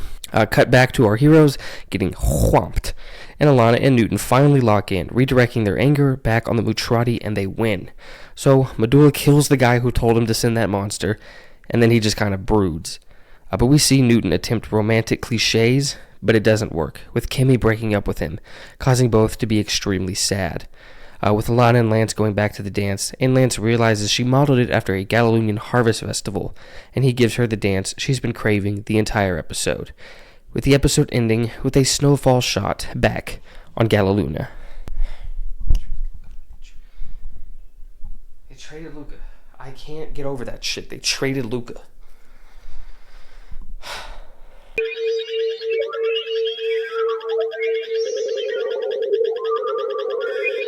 What are they doing in my room? And who's with them? Surprise! What's going on? Come on and celebrate your birthday today. Birthday? Episode 18, A Family Crisis. Episode starts with G3 guys having a light horror movie search of an abandoned spaceship, finding dead guys and an energy monster. Then, back on Earth, we see the teens celebrating Octus's birthday and saying that they've all been on Earth for 1 full year now. Good scene really showing how close our teams have gotten over the year, including Lance showing real affection to the group, really highlighting his character growth. But while Alana can articulate her feelings, Lance still struggles, showing he still has room to grow. The group then gets a distress call from Solomon, with Alana having to talk the others into helping him. The team goes to the ship, which I think is near Jupiter. The group fights the creature when they arrive, and it's about to get Octus, but Solomon swoops in and saves him. He explains that it's an energy monster sucking up all the energy, and that it's not safe for Octus to be here. Quick side note, a lot of the kind of like imagery we see in this episode was in that early concept art that I showed earlier. Just neat to see it, fully realized. The team starts running away from the monster, and Lance clearly starts becoming very concerned for Octus's health, having a flashback to them in school, with Newton just being oblivious. Something that annoyed Lance in the moment, but clearly something Lance has grown a little fond of. Alana and Lance start talking about Octus's well-being, and they realize they have to leave, but won't leave Solomon behind, not willing to trade a life for life. And they can't just fly away with Solomon. I think his suit couldn't handle the kind of space travel they would go through, so makes sense to me. They run from the monster again, and now it's Alana's turn for a flashback of Octus, this time him caring for her while she's sick. The group is then attacked by the monster, and while fleeing, now Octus has a memory, this time of them taking family pictures. Cutting back to Octus losing his leg's power to the monster, with him unable to restore its power. Anything the monster steals power from is unable to be powered again. If the monster gets Octus, he will die. While hiding, Lance forms a plan to try and contain the monster, which Lance and Solomon go to do, leaving Octus behind. We get some cool, slowly coming together moments between the two, but then the monster appears and they attempt to contain it. Then G3 appears, rescuing them all, but the monster cuts the rope, leaving Lance behind, so Octus immediately jumps down to save him, causing the monster to get him and kill him. They attempt to bring him back, but Octus remains gone. So Lance, angrily in tears, releases everything the G3 ship has to destroy the monster and its ship.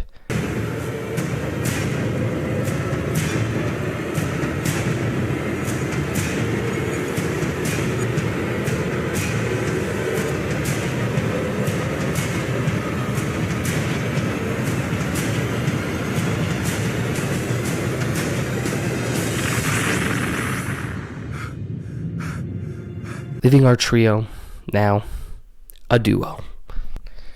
Quick side note, Paige Beckers, get ready to be the face of Dallas sports. You're already going to be the it girl of town, but now you're the it person. Cowboys suck. Rangers suck again. The fucking Mavericks. Please, save us. But what is Octus capable of? Let's get into that now. Octus, Newton, Mr. Lunas, is one of the most unique robots I've ever seen in any fictional story, anything. But he's dead now. So what was lost? What is Octus? Octus thinks he's more than just a robot. Aware he's not a person or a human. He thinks, therefore he isn't.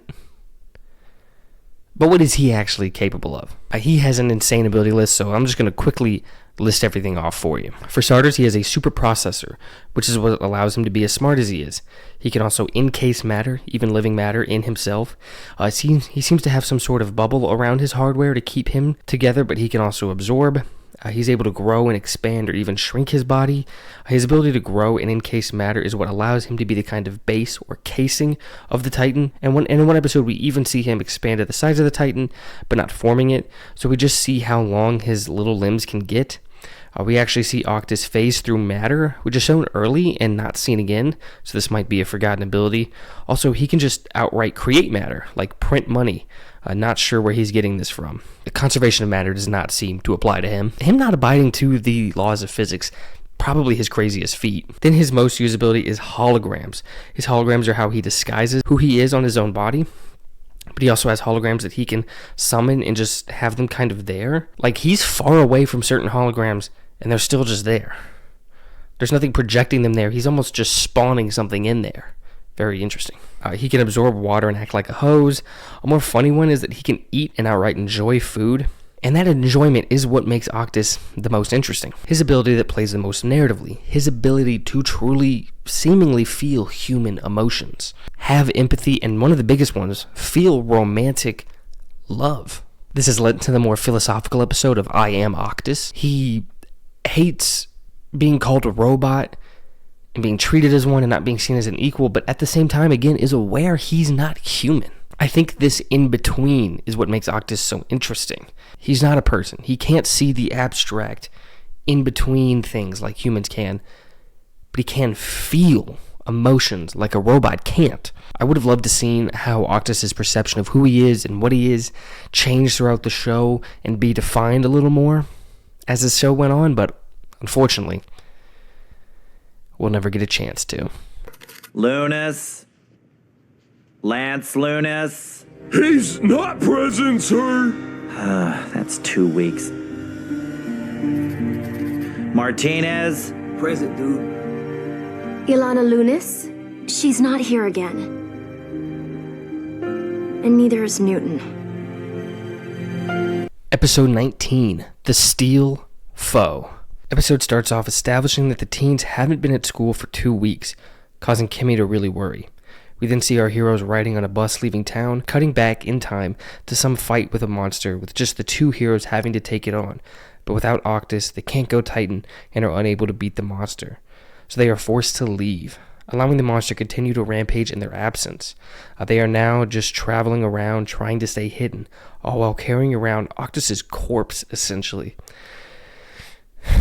Very sad and somber, and we actually see our cartoon heroes in new clothes. Lance keeps trying to bring Octus back, but not having any luck. But I'm not sure how they're paying for anything without Octus, because he was the one who printed money. Unless he printed, like, maybe a safe amount, just in case anything happened, you know. He's a robot, he can think of, like, contingency plans, so maybe, but I don't know.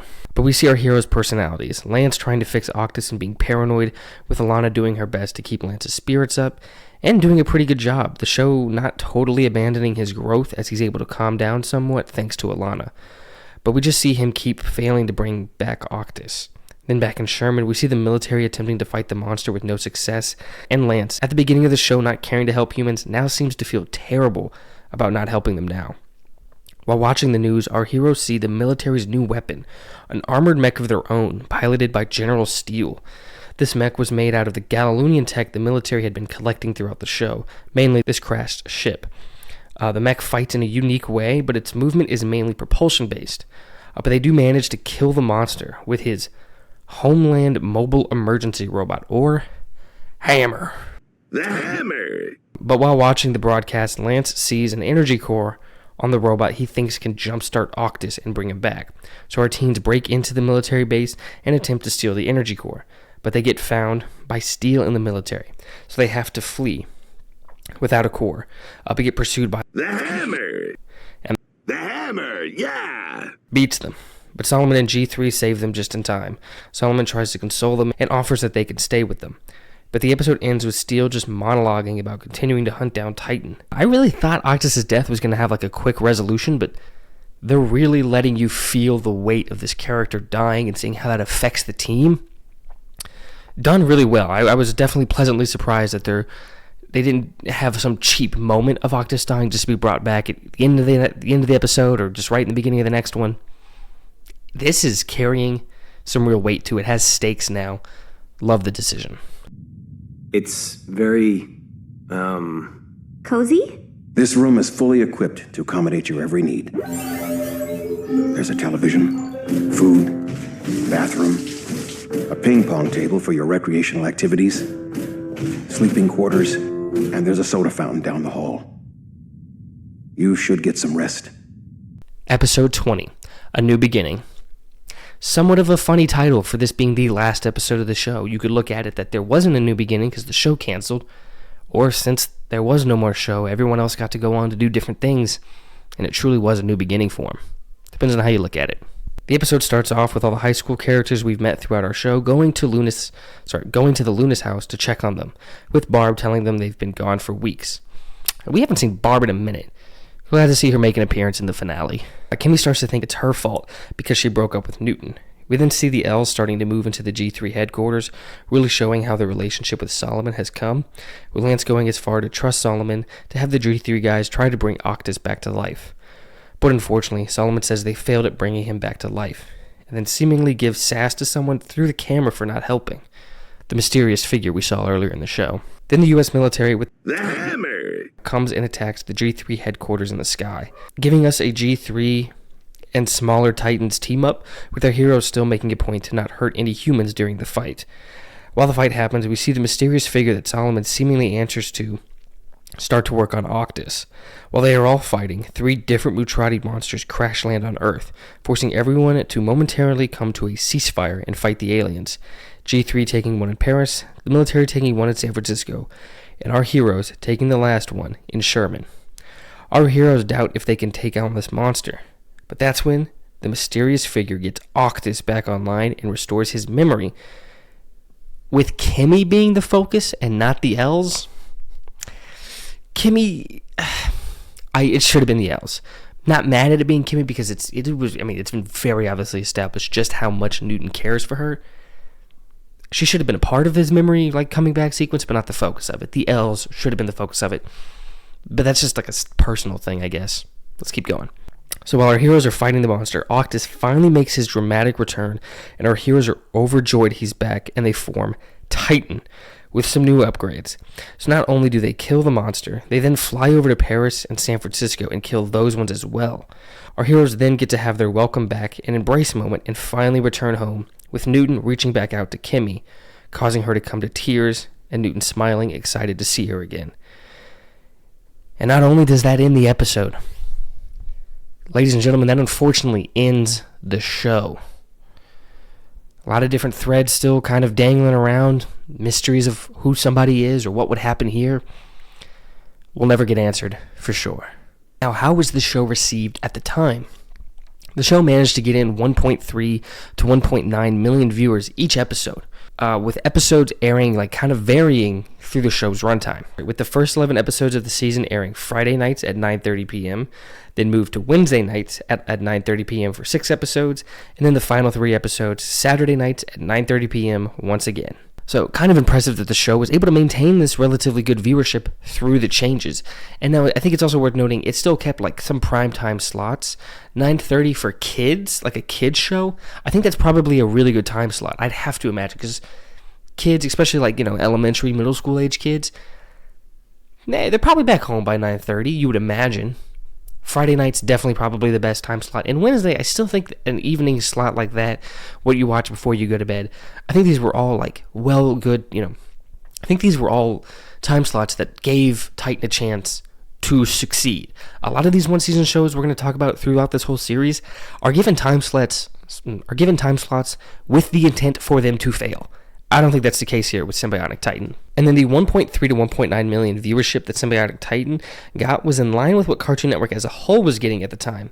As according to nickandmore.com, in 2010, Cartoon Network got 1.3 million viewership during top primetime slots, which the website describes as the hours between 8 and 11 p.m., which also shows that Sym-Bionic Titan was outperforming other top kids network, as in 2010, during the same time slot, Nicktoons had about 300,000 viewership, Teen Nick had about 200,000, Nick Jr. had about 800,000. Now, unfortunately, this show did not do the numbers Disney Channel got at 2.5 million, or Nickelodeon got at 3 million, which at first I was surprised that Nickelodeon was outperforming Disney. I always think of Disney as the on-top, kids television show, but this was during peak iCarly. Totally makes sense to me. So the show is obviously doing well by not only Cartoon Network standards, but just like kids' television standards at the time altogether. But what about critically? How was this show received? There's not too much on the show I could find online in terms of critical reviews, but there were a couple things, all mostly positive. Variety saying the action-packed Cartoon Network entry should score a bullseye with both boys and tweens, and resembling a cross between Gigantor, for those old enough to remember that, and Mighty Morphin Power Rangers, only with better animation than the former and more brains than the latter. I don't know why the fuck they felt the need to take a shot at Power Rangers, needlessly. Just talk positively about what you're talking about. You don't got to drag something else down to build something else up. That was fucked up. Don't do that. Common Sense Media also said that the show had action, adventure, and positive message for tweens, and also that Alana was a role model-worthy female character.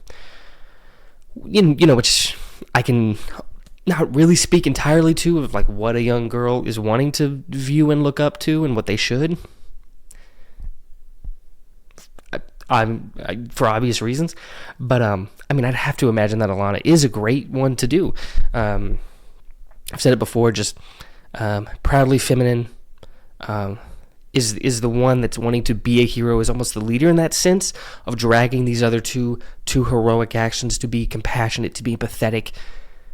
Great attributes any person should have. So I just think that probably holds true. I think Alana's a great character and one to look up to. It's like 3 months later. I was like, oh, I'll record the rest of this video later, and then just didn't. Still in the process of moving, which is why this is a bland background still. But anyways, why was this show actually canceled? It is maybe the dumbest reason I've ever heard a show being canceled for. This show was canceled because they couldn't find a partner to make toys for the show with.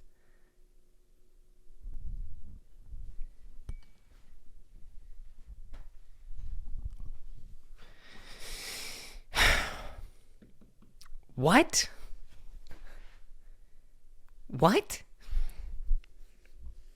This isn't the first time a show has been fucked by toys on Cartoon Network, including my favorite show of all time, one of my favorite shows of all time.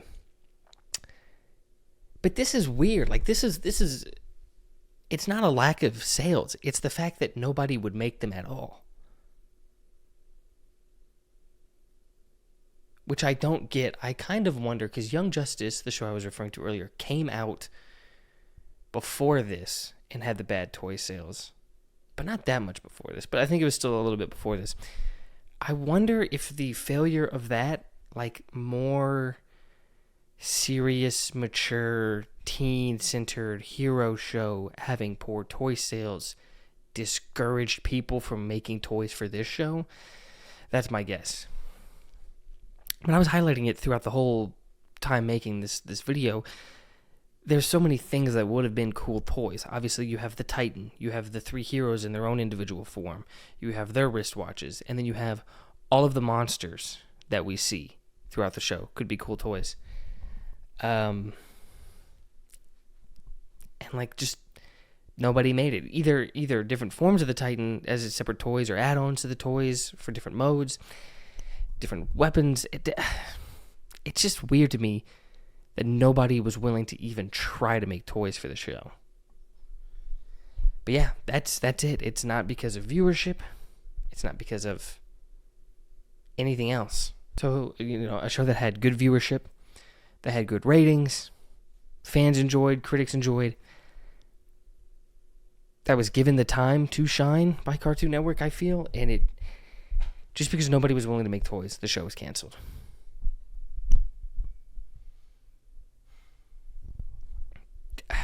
I don't know. It's disappointing. And I'm just like, run ads. I mean, there's ads on the fucking show. I don't get it. But that is the reason we lost this show. Now, what are my personal opinions of this show? And do I think it was gone too soon? I thought this show was awesome. And I absolutely do think this show was gone too soon. this show has a lot of things I love. Before anything else, besides a believer in God, I'm a Power Ranger fan. That is my biggest fandom. There's still some stuff here. I got these at a convention that was in town that I randomly walked into. But all the rest are boxed up because we're moving. But anyways, huge Power Ranger fan. So there's giant robots and multiple characters combining into one giant robot. That's something that's going to appeal to me and I'm going to enjoy. But then you take that and you throw in a pretty unique alien world and alien creatures themselves, and robot-human love, and a lot of different compelling characters. You've got me enthralled now. It's got this incredibly strong foundation, and it's able to build upon it very well. For starters, we have Lance, this over-the-top edgy character who, while he stays true to who he is, I think, throughout the show, we do see him grow, open up to this, his fellow teammates here, starting to view them more as a family, having this really good, subtle, but very obvious character growth, but not a complete change of character at the same time. Like, it's just more of him being who he is, comfortable in it, and being more vulnerable with those around him, but not sacrificing who he is. I thought it was great. Now, Alana. Alana, I think, is a great character. They really set out to make this strong female lead that little girls can look up to, and I can't really speak to what little girls are going to connect with. But from an outsider's perspective, I think it seems like they did a really good job of making that character. She's the compassionate one, the heartfelt one. I think what I enjoy most about her is that she's this really strong and capable female lead that's not infallible, can make mistakes and learn and grow from them. I think sometimes when people have a female lead, sometimes it's to make a point, and they don't want to give them faults for people to attack, but then that makes it harder to connect with when they don't have those faults. I think they do a great job of having this strong, capable female lead that people are going to want to gravitate towards and look up to, but still being a character and a person in her own right. And I think mostly letting her really be a feminine hero. I think a lot of times when writers or people are making these female characters, I don't know, they don't let them be truly feminine either. Not saying that, a female character or hero can't be masculine in ways or can't act like a male hero does. But it's just nice to see a character fully comfortable in being a woman and being feminine. Not that that's the end-all be-all, but just having this nice... you need a range of different personas in all these characters throughout all of media. And I think the feminine but powerful one is done very well with Alana. Hopefully I made my point right. If anyone has any comments, please comment it down below. I don't want to misspeak or put across the wrong idea. But I almost forgot to mention, she's the one... She might be the leader of the team. There's not like a strong one. It's very much almost like a democracy amongst the three. But she's the one who really pushes them forward. She's the one who gets the best out of these other characters. She's the one who really is the number one piece of their development. Octus, it may be Kimmy. But Lance, for sure, it's definitely Alana. She's the one who pushes them to be heroes. To have compassion towards their new homeworld. She's... In terms of their dynamic, she's definitely the most important of the three. And then finally of the three, Octus. Now I'm going to be quick because I feel like Octus is the one I've kind of discussed the most my opinion on throughout the video.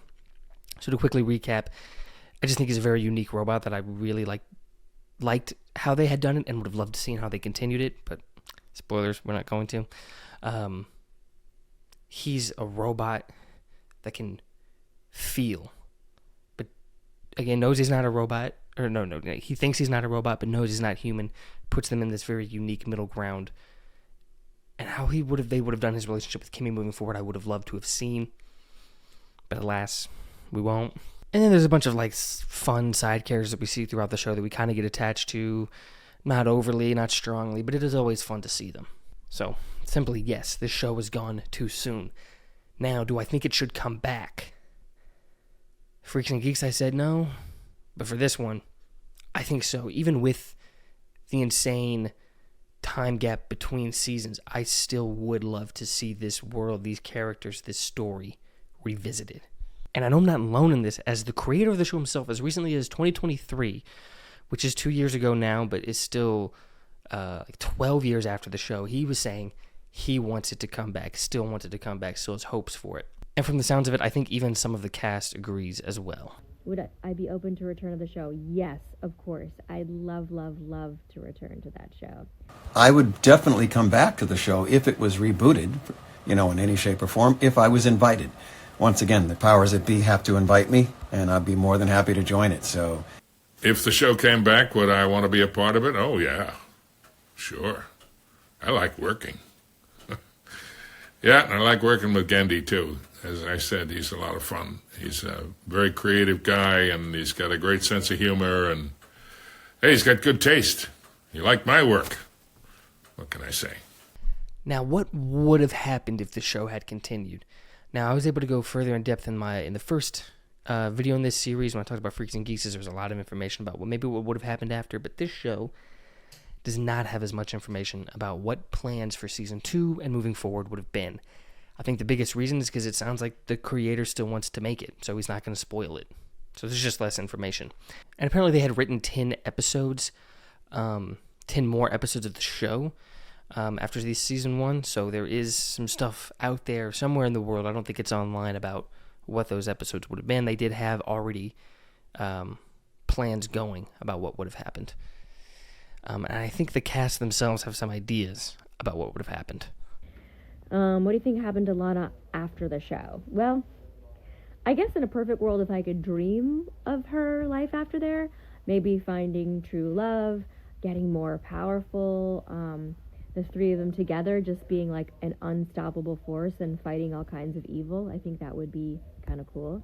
I have no idea what would happen to my character after the show ended. All of that is up to the writers and developers of that character and of that story. Who's to say what would happen? But there is one question we didn't get answered in the show. Who is the head of G3? Who is this mysterious figure that we see Solomon talking to? Who could it be? This person is a super genius, being able to, I think, create a lot of the G3 technology, able to bring Octus back somehow. Seems to have knowledge of Galilunia, with how he's able to work the technology there. The fighting style that Solomon learns being the exact same as Lance, I think maybe he learned it from him, and it's a Galilunian one. Because I definitely don't think any humans went to Galilunia and taught a fighting style out there, so I think it's a Galilunian fighting style that Solomon knows. Who could this possibly be? I set out to answer this question. An insanely hard one. One I had to dedicate a lot of time to research, looking into every minute detail. Oh. Yeah, it's just Lance's father. There's like no other option. We know, and I guess they try to leave it like maybe this happened, maybe this didn't happen. I think pretty clearly Lance's father went through the Rift Gate. Now, how the fuck? Now, how the hell did he live? Hold on. Because the Rift Gate opens up in space. And I know that I think it's kind of shown that like something happened to Lance, like the mysterious figure is a little beaten up or deformed or something like that, but no, he's not living that. My guess is this was a first iteration of the Rift Gate and it just landed him on Earth, but still maybe fucked him up a bit. That's my guess. But yeah, he goes through the Rift Gate. We know he was a genius. He created the Rift Gate, so obviously he's going to have this really advanced... he's going to be able to really handle all this advanced technology, bringing Octus back to life, making all the tech for G3. Totally within his wheelhouse if you can make, space travel through portals like that. And then I guess he taught Lance how to fight and then taught Solomon how to fight, it would seem. Now, here's the biggest thing, though. This is all a theory. We'll never know. Or will we? That's right. There is a voice credit for that mysterious figure. And that voice credit also voices Lance's father in the show. It is all but cracked. All the stars are seemingly aligned. If only there was a way we could just outright ask him. oh, wait a minute. He's on Cameo. Ladies and gentlemen, we're going to get an answer to this right now. I asked him, is the mysterious figure Lance's father? And this is what he had to say. Hey, Braden. How the heck are you? Richard McGonigal here. So, you wrote me about the Sym-Bionic Titans. Yeah. You know, that was so long ago, and I've done so many things since then, I can't remember doing it. I just know that I worked with Genndy Tartakovsky again, and I'd worked with him a few times. And he liked my work. And as far as the characters go, I really don't remember them. There's only so much this old brain can hold on to, I guess. But, yeah, I kind of remember doing the show. I remember working with Genndy, and it was always fun. It was always a pleasure. So as far as behind-the-scenes stuff, again, I can't really remember a whole lot about that. I know that as far as the characters go, again, I got to be honest with you, I really don't remember that. And as far as them all being one, I kind of have a ghost of a memory of that there was, it was all one character, but nothing is really clear in my memory about it. So, sorry to disappoint, but, yeah, factor of life. What? That's it? That's it. All this buildup of all the signs pointing to him, the voice credits, the storyline, everything points to it. We're right there. We're at the finish line, staring it down, of knowing the truth. He doesn't remember, which I don't blame him. I mean, I'm not upset that he doesn't remember. It was, a real small role in terms of time spent. So long ago, this is a decade and a half ago. And he really doesn't have that many voice lines. Like, this could have been, I doubt it was one day of work, because it was across multiple episodes, but one day each episode. He's in like 3 episodes, 3 days of work. I'm expecting him to know this full story of a show that, he's a working man. Like, he's probably doing multiple projects going around. He's not going to remember every little one, especially one that's that short in time. So, can't be upset. But I am, disappointed at the resolution. Not disappointed with him, but just with the resolution. It's fucking Lance's father. Like, the mysterious guy is just so obviously Lance's father. It's boring if it's anyone else. Because it's like, there's no build-up here. This is dumb if it's literally anybody else. I don't hate when shows have obvious, reveals like this building up, if they then do something interesting with it afterwards. Because then it's like, okay, the reveal, interesting, it could be a cool moment. Seeing the characters react to information we've kind of already assumed. But if you don't do anything interesting with it after, then yeah, it should have been a more interesting reveal in the moment. But that's a different conversation we could have. Let's just keep moving forward. I always like to highlight what people of the show did afterwards. We'll start off with Tara Strong. I think this is the voice actress I've heard more than anybody else. She's the busiest woman of voice. You know that name. Voice actors, it's really hard to be a known name as a voice actor. Funnily enough, the better you are, the harder it might even be, because you have such a range. She's one of the few that is immensely talented and has, broken through. I feel like a lot of people know. I think if you're watching this video, you know who she is. She's Raven. She's one of the My Little Ponies. She was Timmy Turner. She's Kid Ben 10. You know who Tara Strong is and what she's done. Let's see, Kevin Thomas Lance continued acting, being able to book a lot of different guest appearances and roles in different projects. And then our favorite robot Octus is Brian Posehn. He had a reoccurring role in The Big Bang Theory, and I think they're doing a spinoff, and he's going to be in that. He was also in New Girl and has, other different, guest appearances and spots in other projects. And then the King/General Steel, John DiMaggio. This is another high-end voice actor in terms of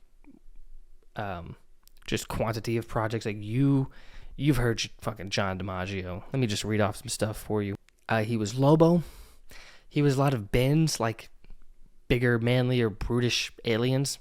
A little connection there with Tara, including my favorite Ben 10 alien, Wrath. He's just a guy that just seemingly pops up in every fucking project that's animated. If there's a voice actor, like if a project has a voice acting cast, he's in there somehow. He's always there. Solomon was voiced by Tim Russ. I think during this time he was the principal or vice principal, I think principal, in iCarly. He voiced Lucius Fox in a bunch of different projects. Then we have Carrie Walgren. She was Kimmy. She seems like a go-to DC girl. She was Starfire, Zatanna, Tigress. And then she's also Jessica and Rick's ship in Rick and Morty. I haven't seen that show in forever. It seems like everyone on this show was able to just keep acting after the show, which is great to see. Everyone here did a really great performance in this show. Glad to see they were able to keep going afterwards. Tough business to stay afloat in. You know, really happy to see everybody from this show was seemingly able to do so. Now, what is the legacy of this show? Unfortunately, this show's legacy is a tragic one. That of wasted potential. One season for a show that had dynamic characters, including one of the most unique characters I think I've ever seen. It had a Monster of the Week formula, which I love, but it was done maybe the best way the formula can be done, allowing real variance of the type of monsters that are fighting every week, the resolutions needed, not getting too embedded in like an order of how you handle it, of like, hey, we're this size, and then we go big robot, and then we go our biggest robot. Like, it's very adaptive to what that monster is, allowing for real creativity on, you know, a week-to-week basis on what the villain is going to be. And it had an alien planet and, you know, side storyline happening across the galaxy, across the universe, I should say, that we just barely scratched the surface of. But what the show should really be remembered for is that of people from different backgrounds coming together and forming a family. Something we need to do more of nowadays. Well, honestly, this show's legacy actually might be that of being Cartoon Network's horniest show. Already zooming Joey, while Andy has a secret only one girl knows. I don't know how to read.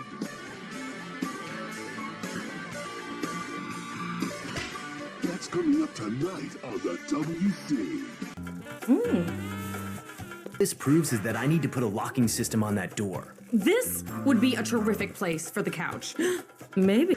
The key is to make sure you dig deep enough. You're quite efficient, Barb. You better watch it, big boy. Flattery will get you everywhere.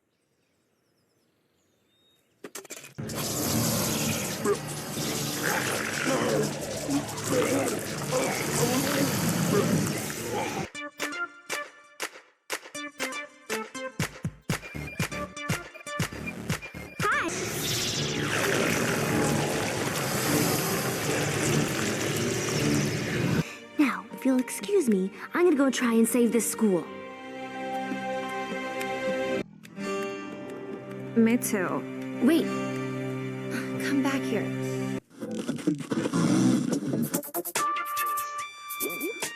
Shake it, bake it, booty, quick it. That's right. Roll it around, don't fake it. Don't. Shake it, bake it, booty, quick it. Shake it, bake it, booty, quick it. Roll it around, don't fake it. Shake it, bake it, booty, quick it. Roll it around, don't fake it. Shake it, bake it, booty, quick it. Roll it around, don't fake it. Shake it, bake it, booty, quick it. Roll it around. I see you bumping up and down, quaking up my city street. Boys be dropping to the ground, worshiping you at your beat. They be calling, let it loose. Come on, baby, rock like a boost. Rugged, cotton, straight to the seams. Come on, baby, show me the jeans. Break it, bake it, booty, quake it. Roll it around, don't fake it. Shake it, bake it, booty, quake it. Roll it around, don't fake it. Shake it, bake it, booty, quake it. Roll it around, don't fake it. Shake it, bake it, booty, quake it. Roll it around.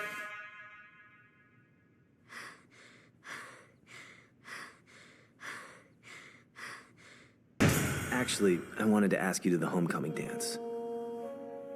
Thanks, but I'm not really into this whole dance thing, you know? Yeah, me either.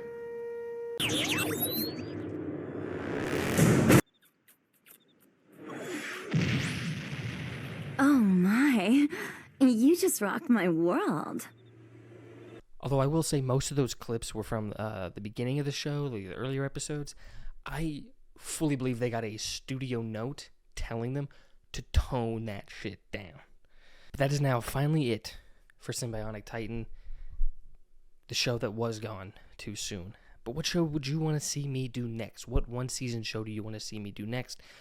Comment down below any suggestions, requests, and anything you felt from this video, what you thought of this video, how you want me to improve upon this format. Any feedback is always greatly appreciated. If you could become a member, if you really enjoyed this content, it would mean the world to me. But just liking the video, commenting, subscribing, that's already way more than enough. So thank you so much. I had a lot of fun making this video, and I can't wait to make the next one, which will be... My name is John Constantine. I'm the one who steps from the shadows, all trenchcoat and arrogance. I'll drive your demons away, kick them in the bollocks, and spit on them when they're down, leaving only a nod and a wink and a wisecrack. Can't wait to get into that one. But like I said, thank you so much for watching, and as always, keep gaming, and fuck Nico Harrison, and fuck Jerry Jones.